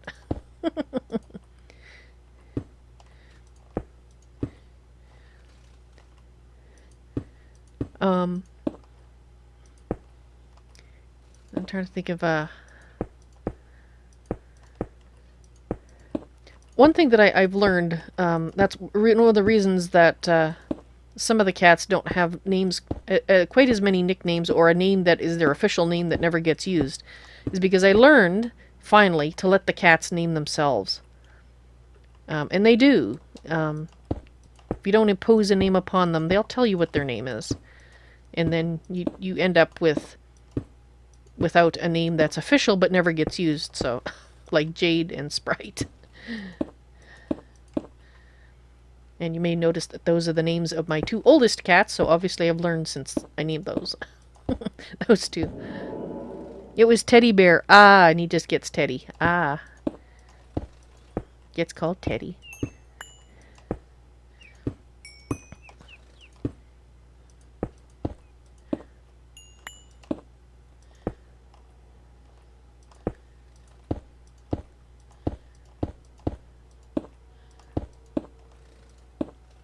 Oh, I didn't go through Little Me's names. Now, we gave him an official name, and I forgot my rule of letting the cat name themselves, so I gave him a name, and of course he doesn't get called by it. His name was Little Tux, because of course he's a tuxedo cat. Well, that changed to Little Me because he has a tiny meow despite being a fairly long and lanky big cat. And so of course he gets called Mr. Me. But for some reason he hasn't developed quite as many nicknames as the others. Maybe because he's a well-behaved cat and just a sweetheart. Oh! But he does have the tongue of doom. So there you go. He's got something special there. That's the tongue that he likes to stick out, and that's why I've got a picture of it in my array of pictures for the Be Right Back screen. Whoops. The tongue of doom. Because once he does that, you'll give him anything he wants. Because it looks so cute.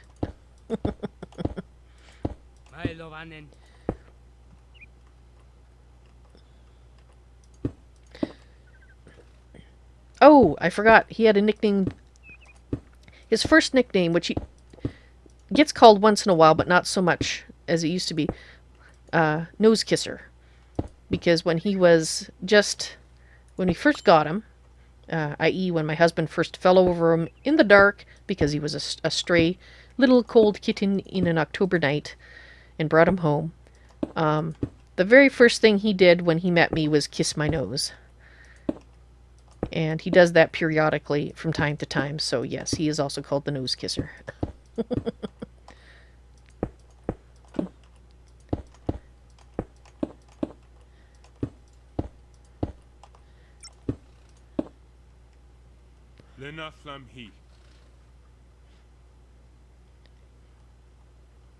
And BVB, you had a Rottweiler who has since passed away, very sadly. And his name was Hercules, Keeper of Zeus, but he would just call Keeper for short. All the cool names for our feline and canine companions. For some reason, little birds have never developed extra names. They tend to keep the one name and just get called birds. Little birds. Although I do talk to them from time to time. With finches, they make a sound that sounds like bee, so they go bee, bee, bee, bee, bee. And I will say B is for bird. And some of them, depending on the bird, will actually answer back whenever I go B is for bird. They'll go bee, bee, bee. But the two that I have currently don't talk to me back like that. That's hilarious, Robert. Loki was a groomer and you'd wake up to find him bathing your head or your goatee. Ah, that is hilarious.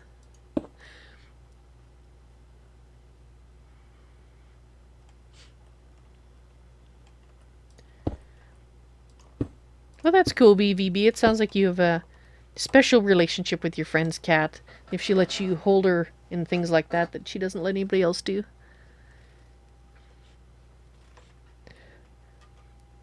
Oh, is it? I'm trying to remember which one it is. One of our cats likes to wash my husband's goatee a lot. And I can't... Is it Stuffin'? It might be Stuffin', because I don't remember seeing anybody do it for a long time, and Stuffin' has basically come to live in the office feeling old and creaky, and she doesn't feel like being sociable. But he would always be like, well, now I gotta go wash my face after the cat bath.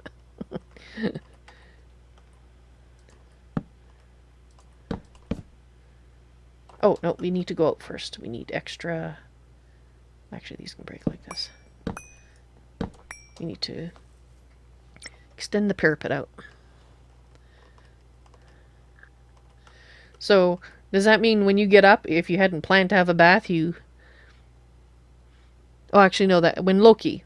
That's Loki that did that, so... When Loki was with you, did you have to have extra baths and showers? Courtesy of the cat bathing?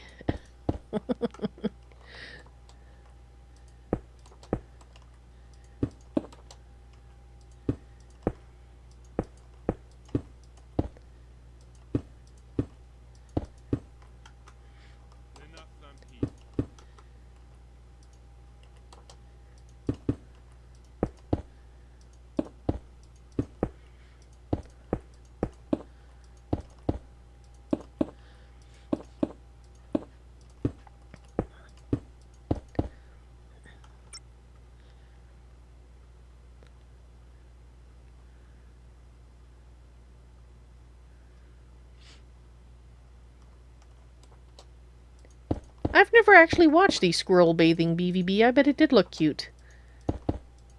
I can just imagine.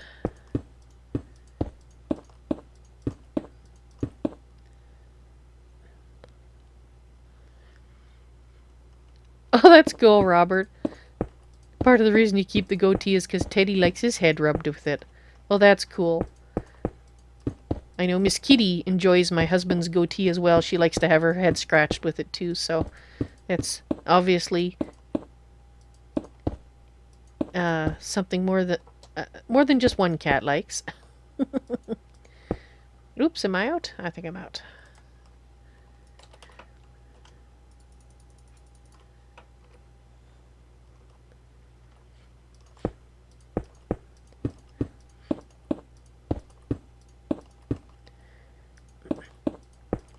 In fact, my husband and Kitten have an evening ritual. He'll sit in the bed while he's eating or drinking his chamomile tea before he goes to sleep.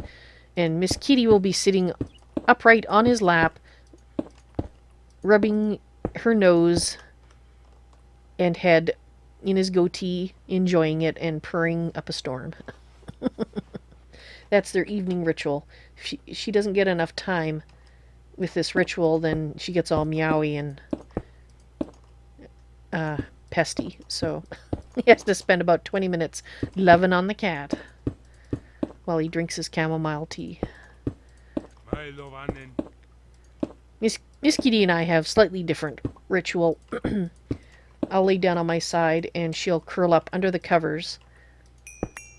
And either she'll curl up under there and just let me pet her and rub her ears, or she will want to lay down like a like you were holding a stuffed toy sleeping, and she will rest her head on my arm and put her cold nose on my cheek, and of course want her belly petted and purr. So different rituals for different people. And have I seen your Twitter pic? Yes, I have, actually. That's when he's doing that? Oh, now I know what he's doing. That's cool. Cats are killers, and don't they know it?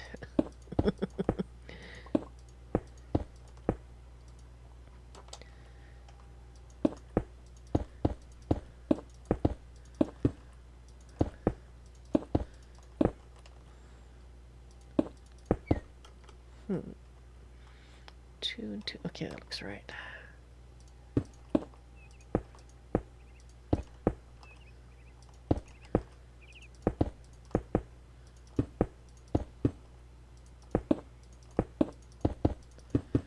Do.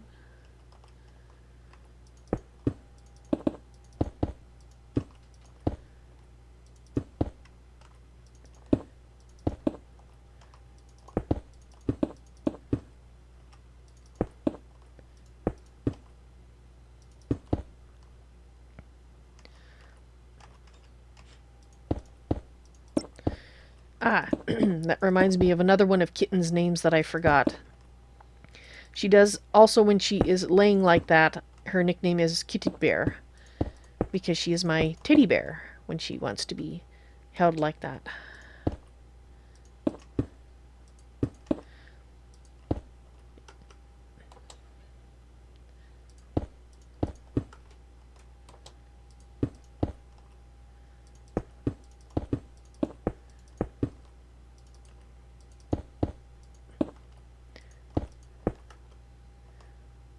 Good.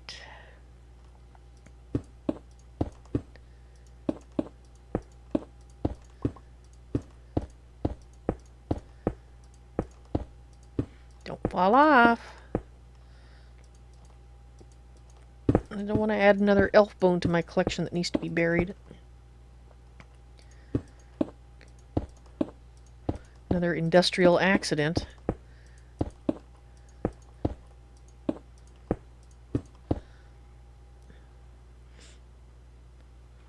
That's Teddy. The picture shows Teddy's shoulder time. He needs about 20 minutes of shoulder time a night. Ah.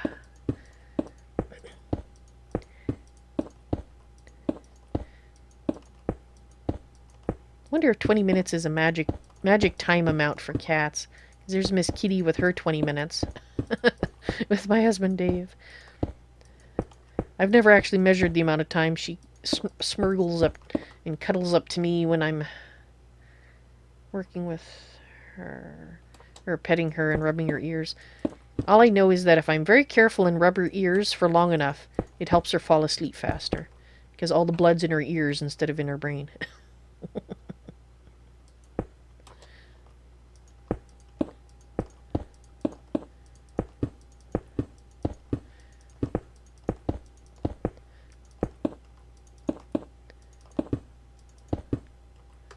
At least that's my theory about why she falls asleep quicker. And then she snores, of course.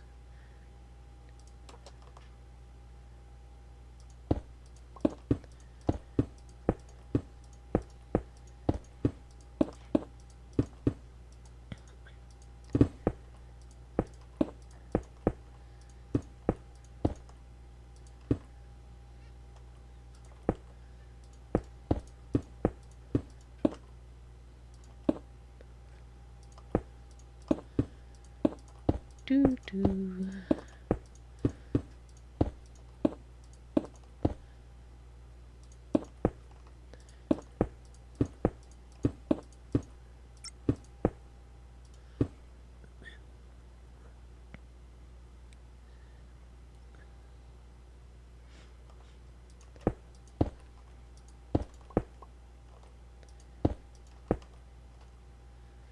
Alrighty, let's get some more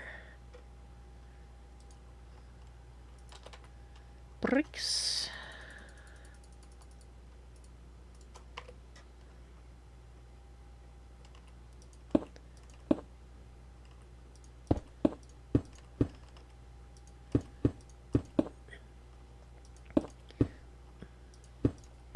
Oh, and Smoker has reached a new milestone a few days ago. We're pretty sure he was abused before we got him, because he's head shy and he would never purr for anyone else but me. And I could barely hear him for the first 3 years we had him, have had him, he didn't purr at all. And I had to do a lot of work to get him to sit on my lap and actually come up voluntarily now. He's still very cautious about coming up. You have to let him come up in a certain way, or he'll be like, oh, screw this, I'm out of here. Way too easily. But he's actually getting to the point now where I can hear him purr and not have to always put my hand on his throat to see if he's purring. Well, for the first time, when he was sleeping on my husband's chair, and my husband picked him up and put him very carefully in his lap, and for the first time he actually stayed. And then he actually stayed again another day. I think it was not yesterday, but the day before. And that is, both those times were the very first and second time that he's ever sat on my husband's lap. Ever. And we've had him, how long now? 6 years? So, Smoker, you're slowly progressing.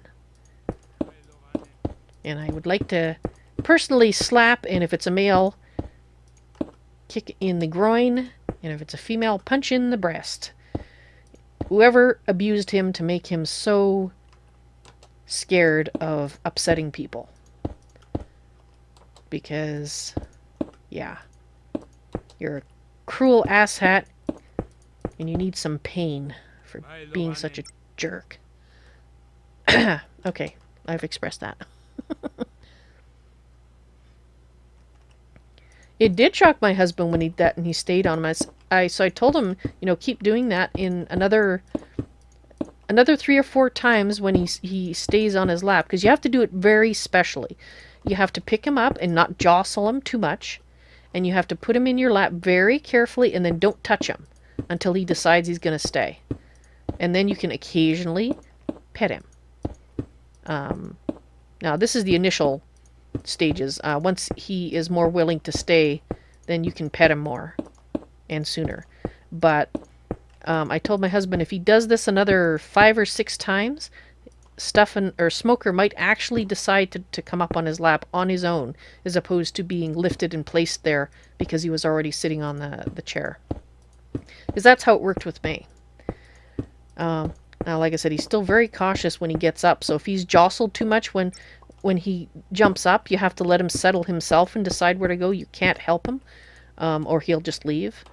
So he's just very... If he gets any inclination that maybe he's not welcome, he's just right out of there. You know, it's obviously he is welcome, but he perceives it as, oh, you're moving me around, so you must not want me here. So I think whoever had him, because he was 3 or 4 when we rescued him, like he was an adult. I think whoever had him would basically slap and hit him, probably about the head because he's so head shy, in order to get him to not jump up on their lap. So whenever he jumped up, they probably beat him about the head to get him to get off. And, yeah. So I'd like to beat them about the head with something, see how they like it. Jerks. Never understand people who abuse animals. Any more than I understand people who abuse children. You know, because they're smaller and helpless compared to your adult size, and it's just wrong.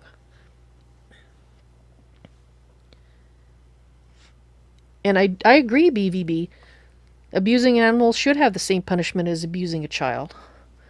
Because they're in the same position of vulnerability in regards to you. So it's the exact same thing. Someone who abuses animals, almost, in my experience, almost always is quite willing to abuse a child as well, and vice versa. So, and since it took him that long to go, let my husband have him on his lap, you're right, BVB. That's been my theory, is that it was a man that abused him. So, but Smoker he's in a good place now. And I'd like to think he appreciates the fact that he is now loved and cosseted and looked after. And not hit and not abused and not anything. Alright, so let's figure out how I'm going to do the inner parts here. I'm thinking probably this we're going to want to... I don't know if there's a shape that I'm going to like here. You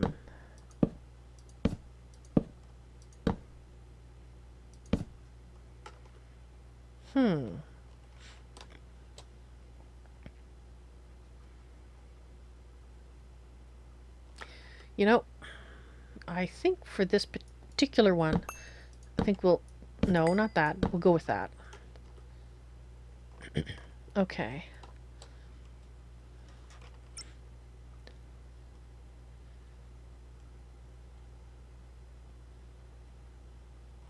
So you had a dachshund that had been abused by a man, and except for your brother who rescued him, thought men sucked. Yeah. Yeah, BVB. They don't forget. That's why I laugh when people... Some researchers say that actually, I wouldn't really call them researchers, but people who say animals don't remember things. Yes, they sure as heck do. They might remember them differently than people. That's true. In fact, they probably do. But they sure as heck remember. They remember things like being abused and the type of person that did it. So, can't tell me they don't remember things, because it's a lie. They do. Well, let's see. Let's take these out so I can see it a little more clearly. Got 1, 2, 3, 4, 5. So if we go here, not like that, like so. Ish. No, that's reversed, isn't it? We have to go like this.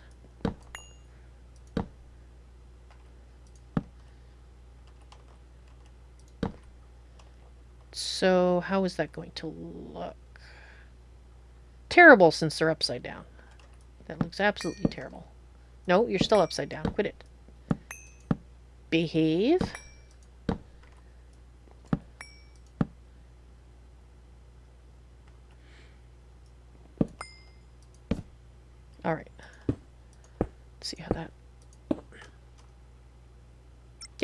That works for me.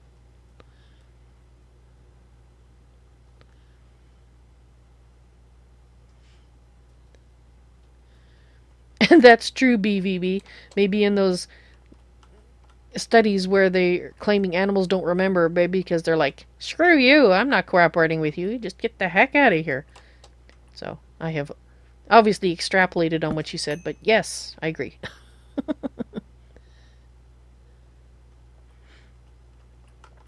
And as for the color blindness, I think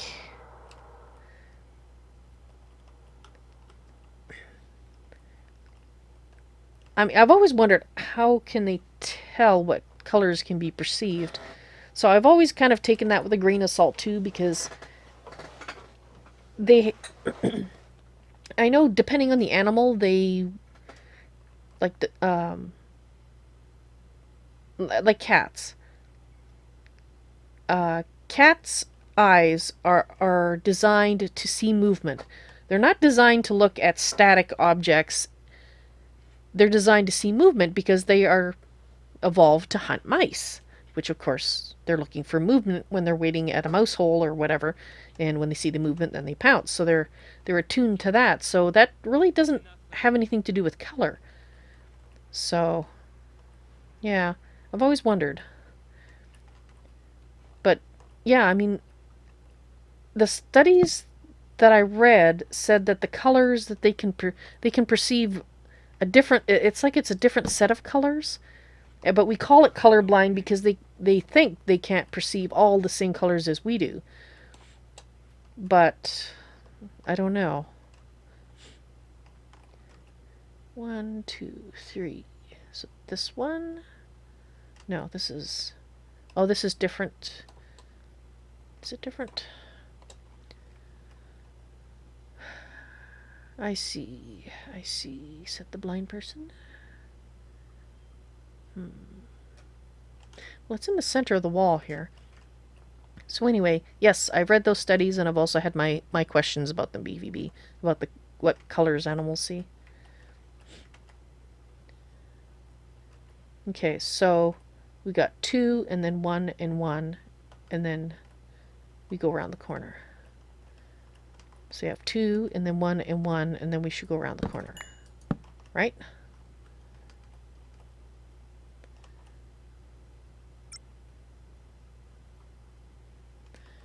Well, let's put the thing on here.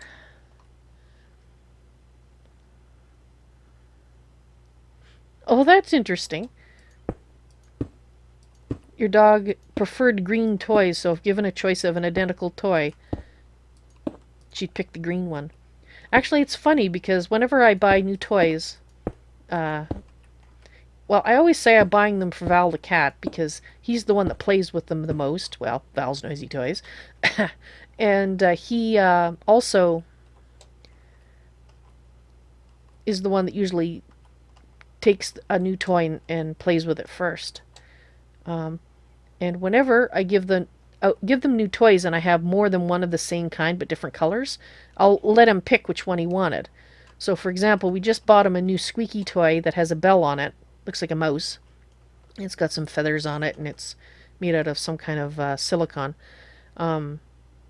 Anyway, I offered him a choice. The yellow one or the pink one. And he went right to the pink one.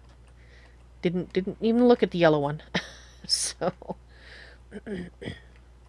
I always give him a choice as to which toy he wants when I bring in new ones, and it's always interesting seeing that he won't smell them equally and then decide on one. He'll just go to the one and totally ignore the other. He likes pink. I bet he does. If I recall correctly, when we got last time I got toys before that, I had a pink ball and I can't remember the colors of the other ball. I had 3 balls. One was pink and he wanted the pink one. So he does like pink. 1, 2, and then the change. 1, 2, and then the change. Okay, good.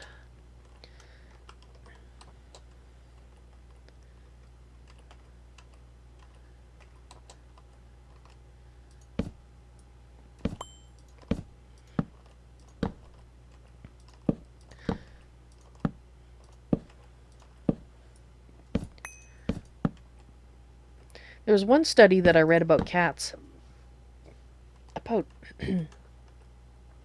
over 10 years ago now, so maybe they have additional evidence.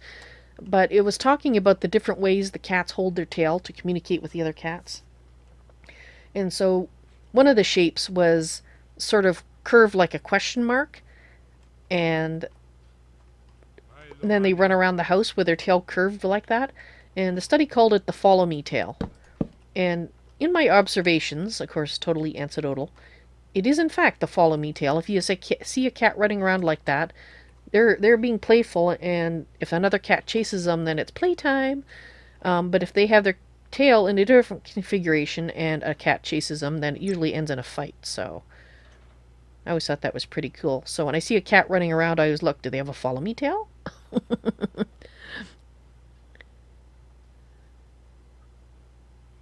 Oh, that's cool, Robert. Your friend's Bengal loved white furry toys with real fur on them. Carry it around and groom it and bring it over to his food. It's like he thought it was a little cat. That's cool.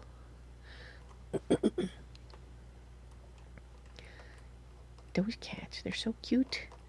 And don't they know it?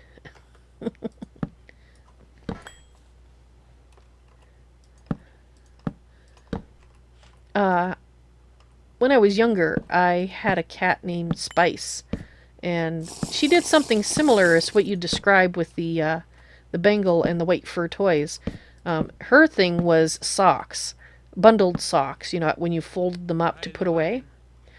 Am I out of those? I'm out of those. Ew, dear. I have to go make some more. I'm pretty sure I took them all out. Yep. So Spice would pick up these toys, or these socks, usually steal them when you were folding them up from, you know, doing laundry. And she would carry them around and wash them and kick on them. It was like she thought they were a combination toy and kitten. And usually by the time we were able to reclaim the socks, they were pretty much toast with threads pulled everywhere and whatnot.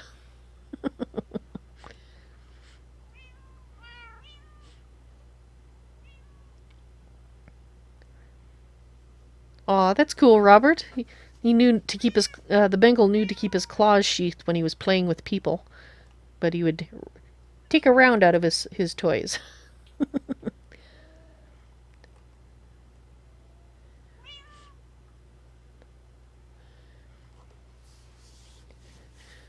Oh, so you, yeah, that study sounds wrong to me too. I had dogs growing up, but I haven't had any since. But you're right. Um, if a dog's wagging its tail, it does want to play, or is happy.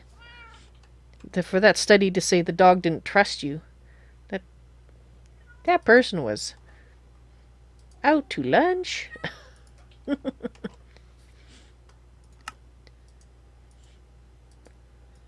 Oh well, not all studies are created equal.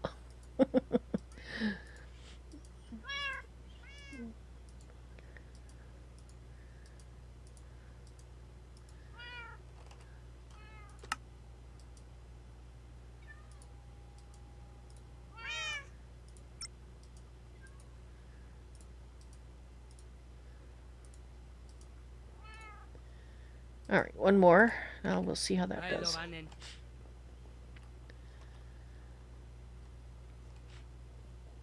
Well, that's cool that you were able to teach him when he was a kitten that toys were for playing, hands were for petting. It's funny because with Stuffin, actually, remember when I was talking about her... What have I got here?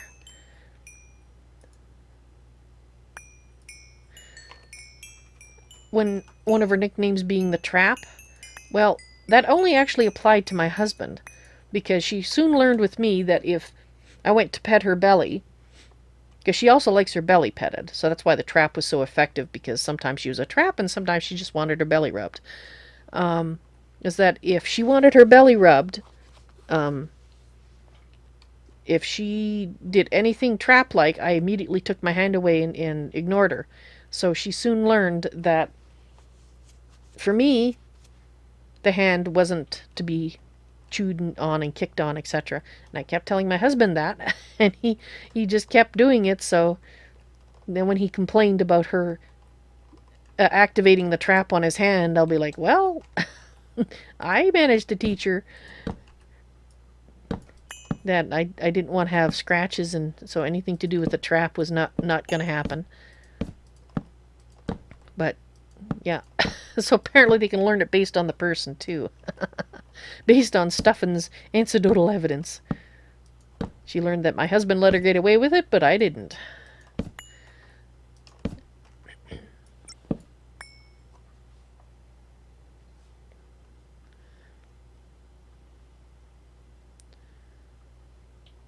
And the other cat never learned that, Robert? Ah.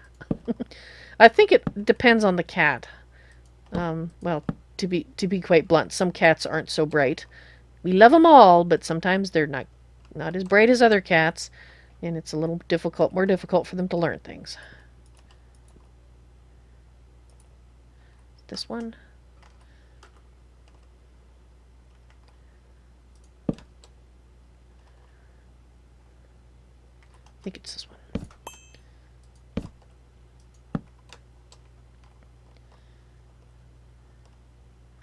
Yeah, okay.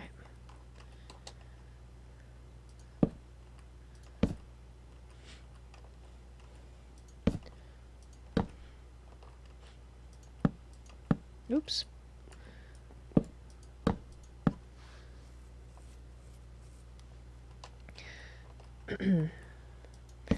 For example, when I sit in the chair a lot, in the living room, the one that leans back so there's lots of room for cats, especially when I put my feet up, and I can have two or three cats all sleeping on me at the same time. Since I tend to do it periodically and not constantly, they have to relearn it, what I'm about to describe. But to start off with, the cats will congregate on my lap, and when a new cat arrives, there'll be fisticuffs. And what they've learned is, if fisticuffs starts, I don't care who started it and who's the innocent party, everybody gets off my lap. And it usually only takes 2 or 3 times of that happening before they remember, oh yeah, we all have to get along if we want to sit on the lap. And then peace breaks out. It's wonderful.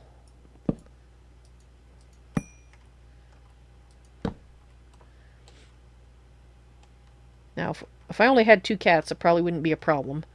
But since we have the 4 cats in the main area, 5 when Stuffin's out,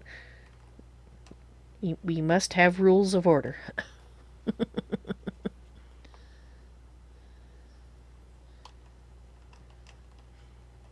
You'd never had a cat do a trap like Stuffin did. Yeah, no, she did it on purpose. Because she would, if you looked at her and said, did you want your belly rubbed? She would look at you and wiggle on her back and look at you all cute and go prr, prr, prr. She's like, yes, yes, come on, rub my belly. And then you'd put your hand down and snag. So yeah, she was definitely inviting. Now, if a cat doesn't know you, it's actually, apparently, I've read, and I can kind of understand it, because a belly is a very delicate part of the body that, you know, if it got eviscerated would be a bad thing. So you don't offer your belly to everybody. So if you meet a new cat and you immediately go and rub their belly, some cats will be okay with it, but a lot of cats won't. And it's not because they don't like their belly rubbed, it's because they don't know you from Adam. So you have to be very careful with rubbing a new acquaintance's feline belly. Unless you're a cat whisperer, in which case you can probably rub their belly. Anyway. I say that because amongst my family I'm considered a cat whisperer, because I can meet a cat and usually figure out what their issue is in no time flat. So I tend to get called over to help. Like my sister, you're not going to cooperate, are you? My sister had a cat. They'd gotten a new kitten at Christmas, and they couldn't figure out why the poor thing wasn't eating. And I came to visit them on New Year's Day. This poor kitten had hardly eaten anything. And, well, I was able to tell them what the problem was. The cat was frickin' lonely because it was a holiday and nobody was paying attention to the poor thing. So I paid attention to it, and the next thing you know, it was snarfing food back like you wouldn't believe. So, yeah. Common sense is a good thing to have. But I didn't get mad at them because they didn't know cats as well as I did, but that's why I tended to get called in. Had another sister. Yes, I have many sisters. Call me in with their cat, who liked to bite people with no warning. Basically, you'd be petting the cat, and the cat would just suddenly bite you. You say, okay, I've had enough petting, quit. And in that instance, the best thing I could come up with, because they didn't mistreat the cat or anything, was that said cat that was just the cat's personality, and that sometimes happens. I had a cat whom we called Shrinking Violet, because from the start she was just very untrusting. She wouldn't trust anybody. We had her since she was born, and that was her personality. She was almost a wildcat, feral, and the best I could tell, that was a similar kind of issue that my sister's cat had. That's just the way the cat was, because I couldn't see any evidence that the cat looked like it had been abused, like it didn't act in any way like, oops, that's not what I meant to do. Like there was, some reason for it behaving that way, like the way that I figured out Smoker had been abused. There was no evidence of that, so they also had that cat from when it was young. So sometimes cats just are. Are the way they are. Now, is that right? Mind you, I don't have any outside things, so that might be right. We'll have to see how it looks. You always had to keep your socks on because your cat liked to nibble toes. Young man, Valentine, the cat, he likes to kick on socks that are on feet, so it's a good thing we keep his claws trimmed and he doesn't have any teeth to speak of in the front. He just gums your toes to death. The socks on the toes.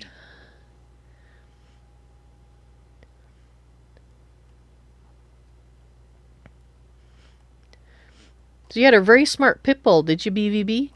You called him Einstein. He taught himself to high five. Wow. I can't say as I've ever heard that before. That's cool.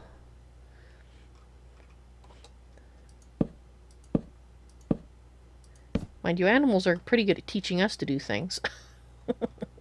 I want my food now.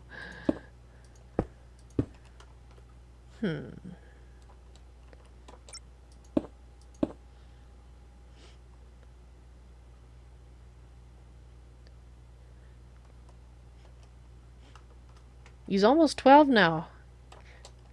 Well, that's cool.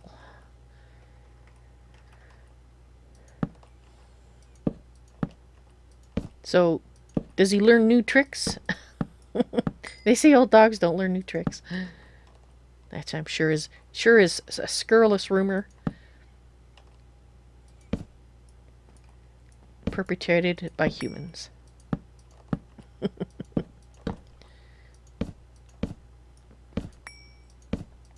I suppose unless they're so old that they're getting senile like people, in that case they probably can't learn a new trick. They've not only can't learn new tricks, they've forgotten the ones they did know. He's gotten stubborn in his old age.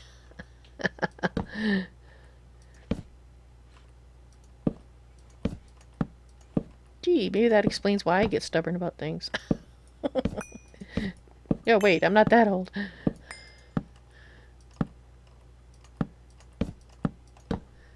Good excuse, though.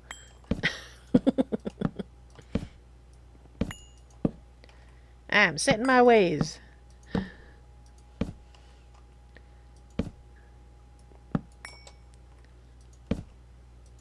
Oop.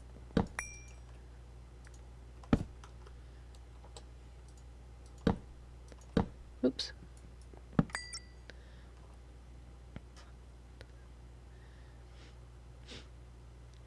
He can actually say mama. Oh, that's cool.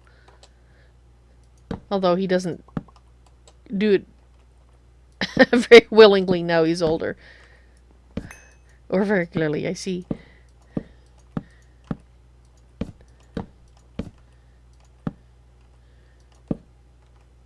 I said it enough. You should be calling me Papa. I'm older than you in dog years. Okay, so 7, 1, 2, 3. So it should be this one. Like so.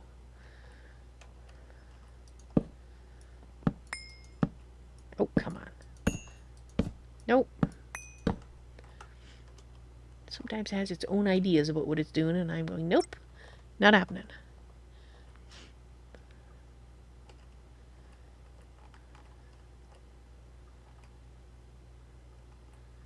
Three. Yeah, okay.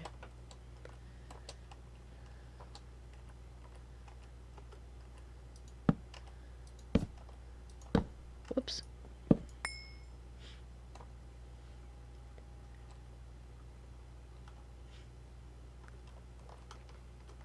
Wow, the music made things go so much faster. Because I'm going, how much more to this I have to go on the inside edge? Oh my god. I'm like a third done. Oh well. Once it's done, right? this part. The deciding part's fun. The actual putting it in the right place is not always as entertaining. Let's switch it here. Oh, not there. I guess so. Thank you. Is that gonna look right? I think it will look fine. Fine. Yes. Okay. I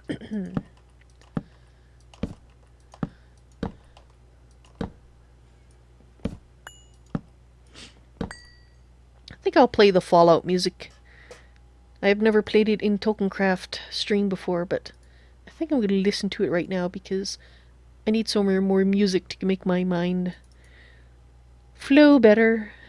Something to do with my lack of sleep. I did get a reasonable amount of sleep in the afternoon, so I actually do feel a lot better, but I think my brain is starting to seize up a little bit even so. Your dog is your mouse catcher? Pitbull chasing a mouse. Yeah? Does he actually catch... Does he catch him? Well, you said he's a mouse catcher, so I assume that means he actually catches them. In which case, wow. I guess it makes sense. Terriers are rat catchers, so I guess it doesn't make... It's not too different. It's the same idea. Like, you always think of cats as the mouse catcher, but... Wow. I bet any mouse being chased by a pit bull probably is going, what the heck did I get into? This was a bad, horrible, terrible idea. Flee! I have a behemoth after me. And I thought cats were bad.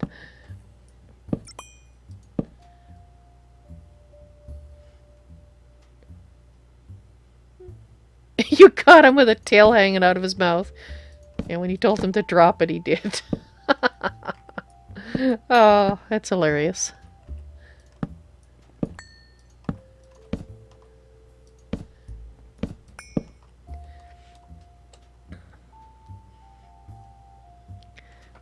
Putzaroo, hello, welcome to the stream. How you doing tonight? Your dog has caught a few birds. Wow, okay. I guess that makes sense too, because you can have... Well, mind you, they are getting birds that are shot. I'm thinking of the retrievers. I don't think I've ever heard of dogs actually catching live birds before. Interesting. Well, there you go. Learn a new thing. And it wasn't painful at all. Ow, my brain hurts. Actually, no, I do like learning new things. I have an inquisitive sort of mind, which made me a pain in the ass as a child, I'm sure. I can remember disassembling a record player once. Fortunately, it was my record player, so the fact that I took it apart and turned it into a very badly constructed propeller that I attached to my wagon with a sail, you know, didn't bother anybody. It never actually... transported me anywhere, alas, but I was very young at the time.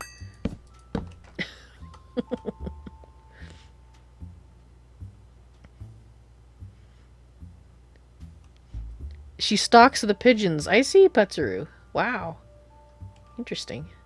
Well, they do call, some people call pigeons rats with wings, but I think that's just because they have taken to city life quite well and it bugs people. I actually like pigeons. In fact, I used to go and kidnap pigeons from, baby pigeons from nests. Go out in the coulees where I grew up and kidnap baby birds and raise them. I would feed them until they were such size as to eat seeds themselves. Got myself a little flock of pigeons that way. Because of course once they're adult they'd be allowed to go out and do their own thing. But they, of course being pigeons, would come back. Of course the neighbors were probably not so thrilled since they like to hang out on their roof. So I was kind of encouraged to stop. Unfortunately. Thus ended my days as a pigeon owner.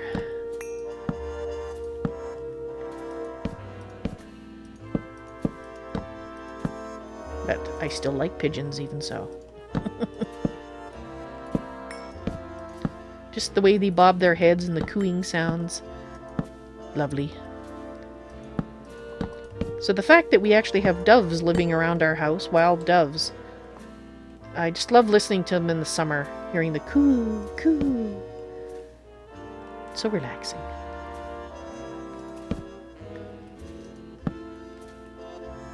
Do, do. Do, do, do, do. Okay, so this has to go like a... No, no?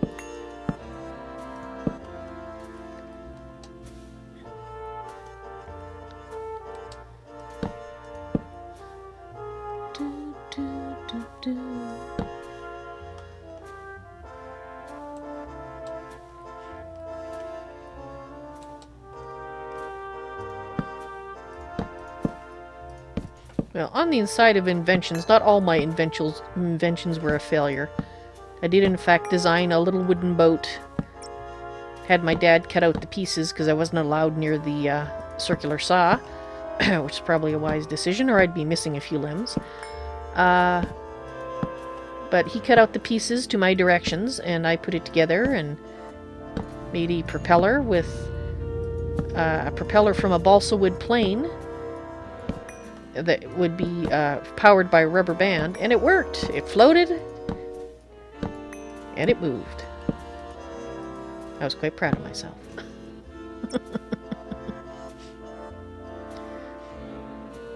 Am I going to be using the wedges to smooth out the walls? No, actually I like the way it looks. I like that edge. Don't ask me why, I just do.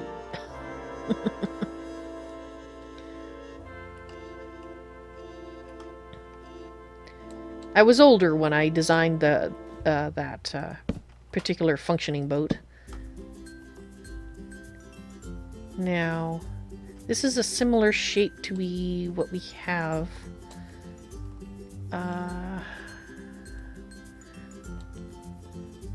Where did we have another one that was similar? Here. And I did just the straight edge out. Okay. Considering anything for color contrast? Yes, I was. And so far, that's kind of what I was thinking. Was here, and I might do something down here, but I haven't decided yet. Because we still have the wedges to go down here, and I might possibly, to match this, have... Let me show you. Let's put this in. No, no, no. There we go. Something like that. So you'd only have this design wherever there is the archer's holes. What do you call them? It's archer something or other. Anyway, where the archers shoot shoot through if they're not arcing it over to hit a ship far away.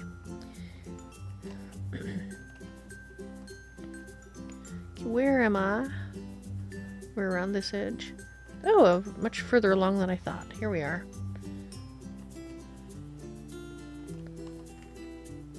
Oh, okay, we do have tiny issue there. So I might have to change things up over here.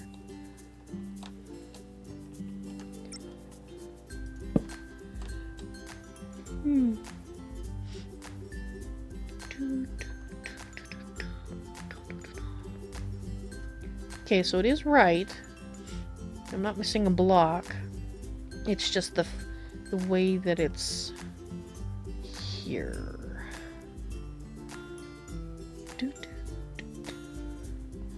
But let's try something a little different then.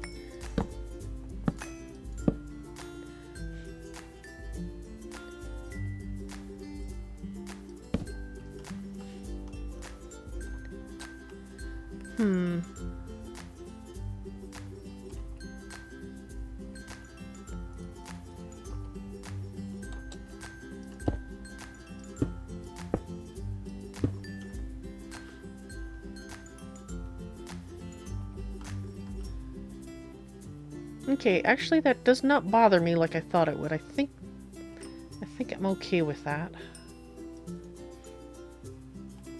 Now another possibility, maybe. Oh.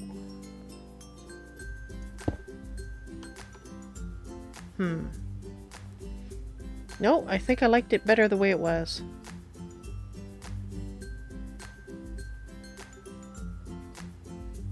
Yeah, that actually bothers me.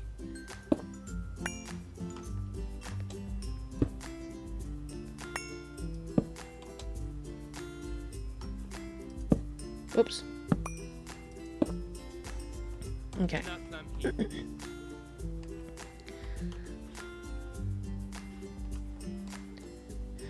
Okay, so this has to curve around. So what have we got? We got a corner here. So 1, 2, 3, 4, 5, 6. Let's not count this one. 1, 2, 3, 4, 5. So if we do it here, let's see how that looks.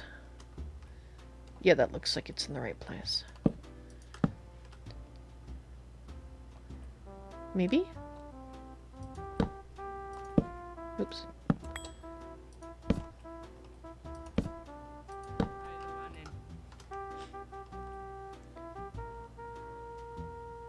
No, I think that's fine.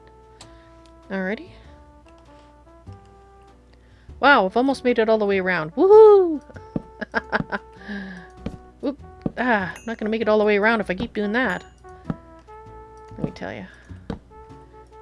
Why I oughta... I'm gonna punch you right in the nose. If you had a nose, but I'm gonna punch you if you're in the wrong place. But I tell ya, stop it. Okay, so how many do we have here? 2, 3, 7. Okay, so I think it goes right there.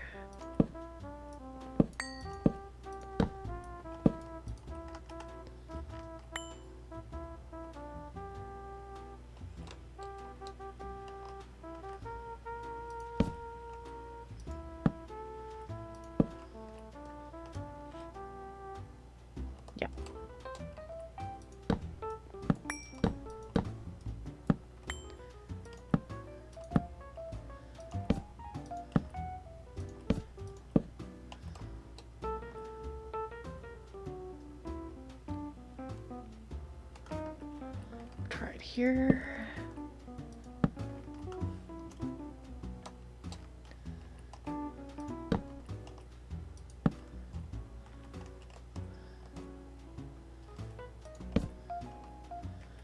And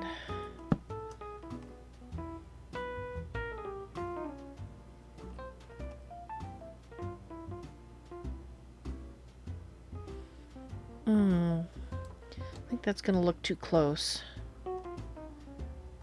And this is a Single. Single, huh?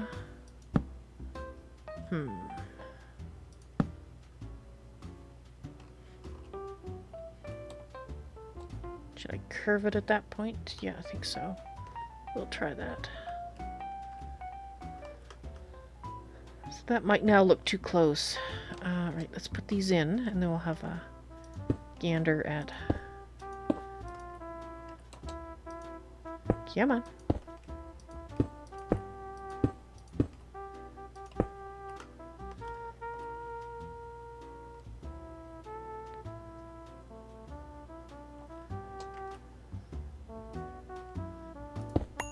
Let's try moving it over one.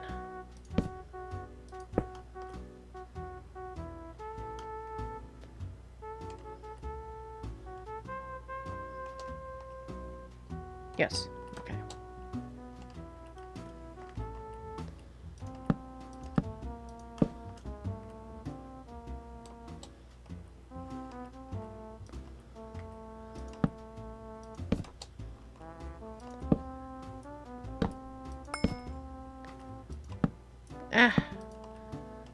I have noticed that my frequency of misplacement is increasing,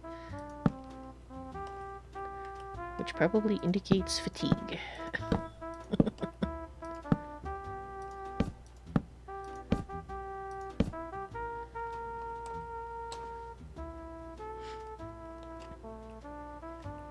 Alright.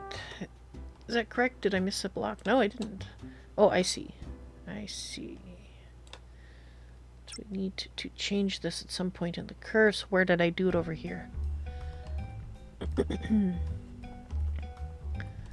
Okay, so I did it.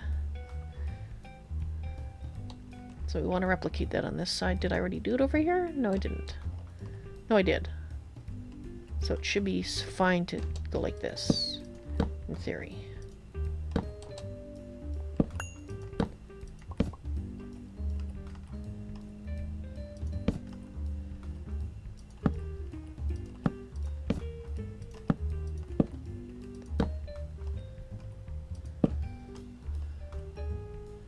Oops. Wait. Thank you. Okay, so that's all pointing up this way, and we got over here pointing up this way. Okay! We have made it all the way around. Now I just need to... And, not too bad. Now I just need to fill it in with this. And...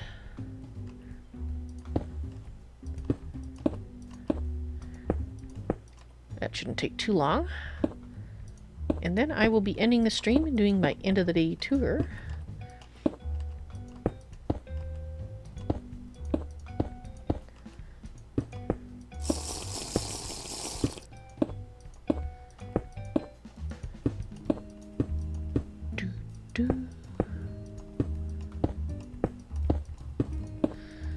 So, Fallout 4 news. It appears that the Wasteland Workshop, the second DLC, is going to be released on April 12th. And today being... what day is it anyway? April the what? 7th. It's April the 7th.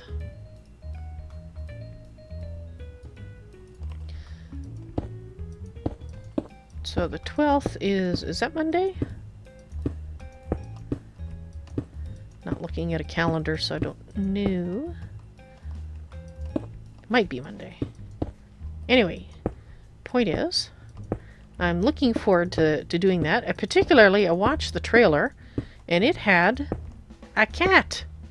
So I don't know if it just means you can capture loose cats, which all the cats seem to have a home, so you essentially be kidnapping cats, or if it means you can actually randomly now have a cat in the wild that you can acquire and take home as a pet. I'm hoping that's what that means, because you know what I'm going to be doing. Or rather, I should say Avalon. She has been expressing a desire for one of those fuzzy critters for some time now, so we'll have to see if she's able to acquire one. And at long last, satisfy her desire to have a feline friend. 12th is a Tuesday. Okay. My day off of streaming, so it'll be Wednesday.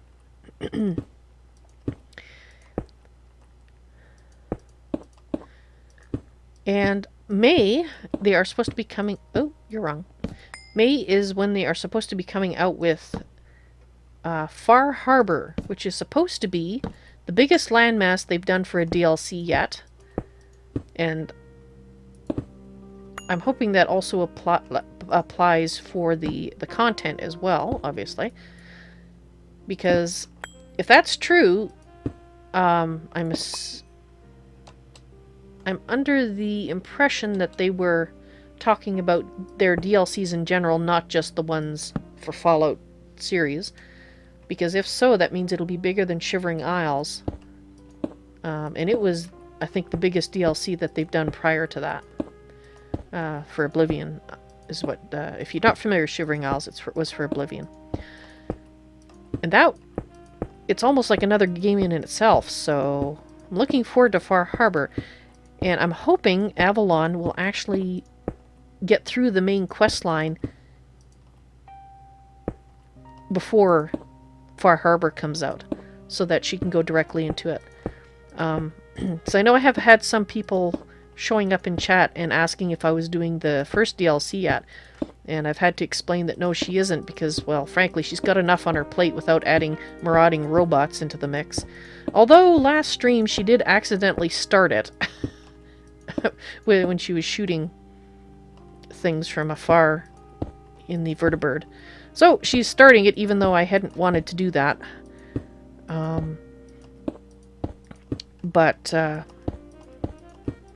So given that I don't know exactly how much time she has left in the main quest line, I know we're getting towards the end. Because as I did mention in last stream, I had to do a tiny bit of research. I did as little as possible, so I spoiled myself as little as possible. But I wanted to have a certain outcome possible. I don't know if it's going to happen, but I'm doing my best because that's the outcome that Avalon was wanting. And I had to basically be very careful about what quests I did and where I stopped them in order for her, the vision she sees, to have any possibility of happening. So we'll see how that goes. That's why I went OOC and moved that one NPC away from Lancer Captain Kells, because he kept walking towards her every time I moved her up, and he couldn't talk to her, because if I talked to him or if she talked to him, it would progress the quest and it would make the railroad would become an enemy, and that's not what she's going for. So unfortunately, because of the way that the quests work, I have to kind of do some jiggery-pokery to get things to happen. Or have a possibility of them happening the way that I would like the story to go. Which is, of course, is the way that Avalon wants it to go. Because, as I've said before in my role-playing, at times my characters will decide things that I had not intended, and then I have to try to work that in. And have elements of the way that the game work with what their desire is, and that's what I've had to do here, so... A little bit of OEC stuff, but I'm aware we're getting towards the end of the main quest line, but I don't know exactly how many quests are left or whatever. So that's why I was asking people not to tell me, and that's why I gave the person timeout who said, "Oh, you're almost towards the end of the main quest line." I just shut up. I don't want to know. It's a spoiler. Don't want to know. Oh, what answers what, BBB? You'll have to be more specific. Was that what I was doing with the NPC? Moving the NPC around? Moving Proctor Ingram upstairs so I could talk to her, or Avalon could talk to her in peace and quiet without Lancer Captain Kells sticking his nose in.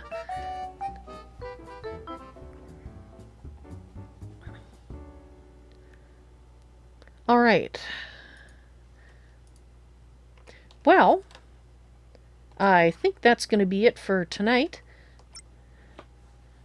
Oh, you were going to ask if I'd gotten the first DLC. Ah, yes. Actually, I have a Seasons Pass, so I get all the DLCs, and they're set up to install as soon as I get them. Which I know some point is going to bite me in the posterior, because I'll have to delay streaming for a few days while some issue is worked out, because one of the few mods that I have isn't updated in time for me to stream. Because once in a while the update will conflict with a DLC that I have, and I have to wait for an update. But that hasn't happened yet, and knock on wood, it won't. But we'll see. In any case, that's going to be it for today. I hope you enjoyed today's stream and me talking about archaeology, and don't trust those people in writing things down. To always read it with a grain of salt. And look for the evidence. The evidence doesn't lie. So, I guess the evidence shows that I'm an insane person for building such a big thing, but we won't talk about that. So you guys have a great evening. I will see you later. Tomorrow is Fallout 4, and the next stream for Tolkiencraft II will be on Monday. So I hope you all have a good night. I will see you later. Good night, sleep tight, and don't let those Endermen bite. I'll see you later. Bye. Alrighty. Time for the end of the day tour. Let's get an angle where I'm not showing off anything that I don't want to show right away. Alrighty. Let's get the brain in gear. I think I'll have a little bit of a drink here for my throat. And try to jumpstart the brain somehow.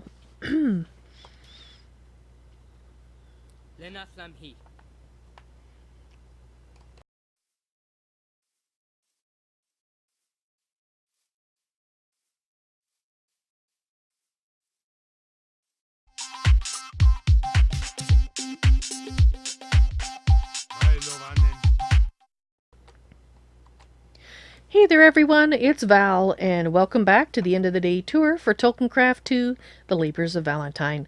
So I actually have, well, it's the equivalent of one stream day's worth of stuff to show you, although it's spread over 2 days. That's why I didn't do one at the end of last stream, because, well, I didn't have that much to show, but now I have much more to show. Whoops, that's not what I wanted to show. Pressing the wrong button.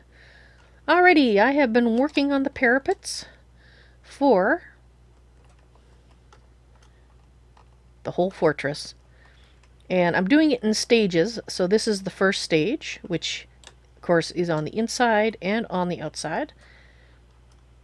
And it makes use of carpenter's blocks right here, and just an extension of 2 blocks out, because we want them to extend out over the wall, so if somebody should unfortunately fall off the edge, they will land in the water and go splat without landing on the crenellations on the way down. So this, so far, is the design that I'm planning to do, so you can see that we've got this part here done. We still have to do the filigree down here, and of course build the actual parapet up and the edge on it. Now I might possibly do a little bit more to this. I'm still finalizing the design, so it might have something like that on top.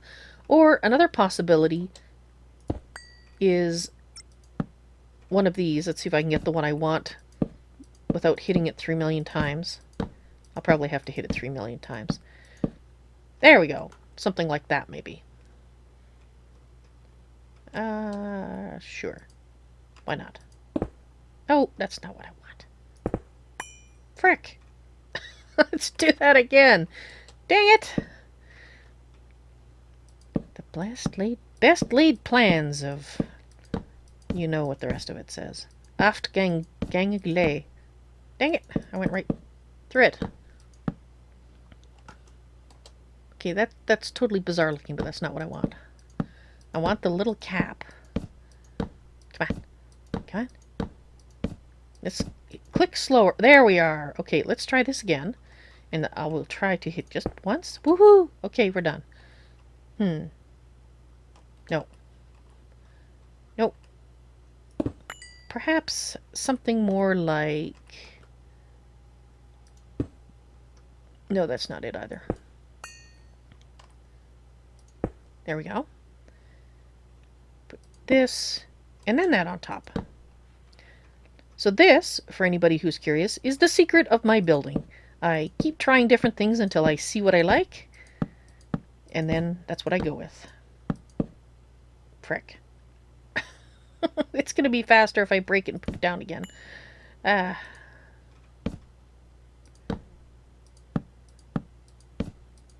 sure there's a secret to getting this to do its thing faster when... There we are. But while I am slowly learning it, so possibly something like that. You know, alternating along. I don't know. Still working on the upper thing because I'm still not quite satisfied with its entire appearance. Do I have? Yes, I have. As I look at this, I think I will try a small change. Maybe. Some place for the birds to sit. Why not? Alright, I'll think about it. But if I do that, that means that I probably ought to... Well, no, because that would go straight up. That might... Yeah, okay, I'll leave it as is. I'll stop messing with it. But anyway, still working on pieces of it. Right. So that's what I did this stream. What I did last stream was finish up the stairwells. And actually, I ended up deciding not to do stairwells for the 2 remaining towers. And instead, I made a ladder well. And part of the reason is as I was fitting in the towers into these particular locations, they ended up being not symmetrical in all 4 dimensions. And that's fine, because I realized we have a full stairwell here, which you can take elk up and down, and we have a full stairwell over here. So basically, we have from base to top of the wall stairwells on kitty corner sides of the fortress, and that is more than enough to allow elk riders to go up and down, should they be so inclined, to any level. So that's why, after looking at it, I decided that I was going to do ladder wells instead, and I think they turned out pretty nice. I used carpenter's ladders with Merc oak wood on them, and it's really easy to go and get off on the different floors, which is one thing I was worried about. But as long as you just point in the corner, and off you get. So that worked out well. And also it means that each of these floors is now open, and I can use it for slightly larger things, like, you know, major barracks instead of little tiny barracks. Oh, I see. They're already checking it out. As well as I can... well, I'll have to think of what I want for each floor, but basically it makes the whole floor pretty much available. Unlike the floors with the stairwells, there's a lot less room and to put things in, and a tiny room over here. So lets me expand my opportunities, as it were. Right. So I hope you enjoyed today's stream and end of the day tour of said stream. I hope to see you in the stream sometime if I haven't seen you for a while, so come by and visit. I do like visitors. So maybe I should take the large weapon out of my hand and look a little friendlier. Yeah, that looks a little friendlier. So guys, you all take care, and I'll see you in the stream. You take care now. Bye.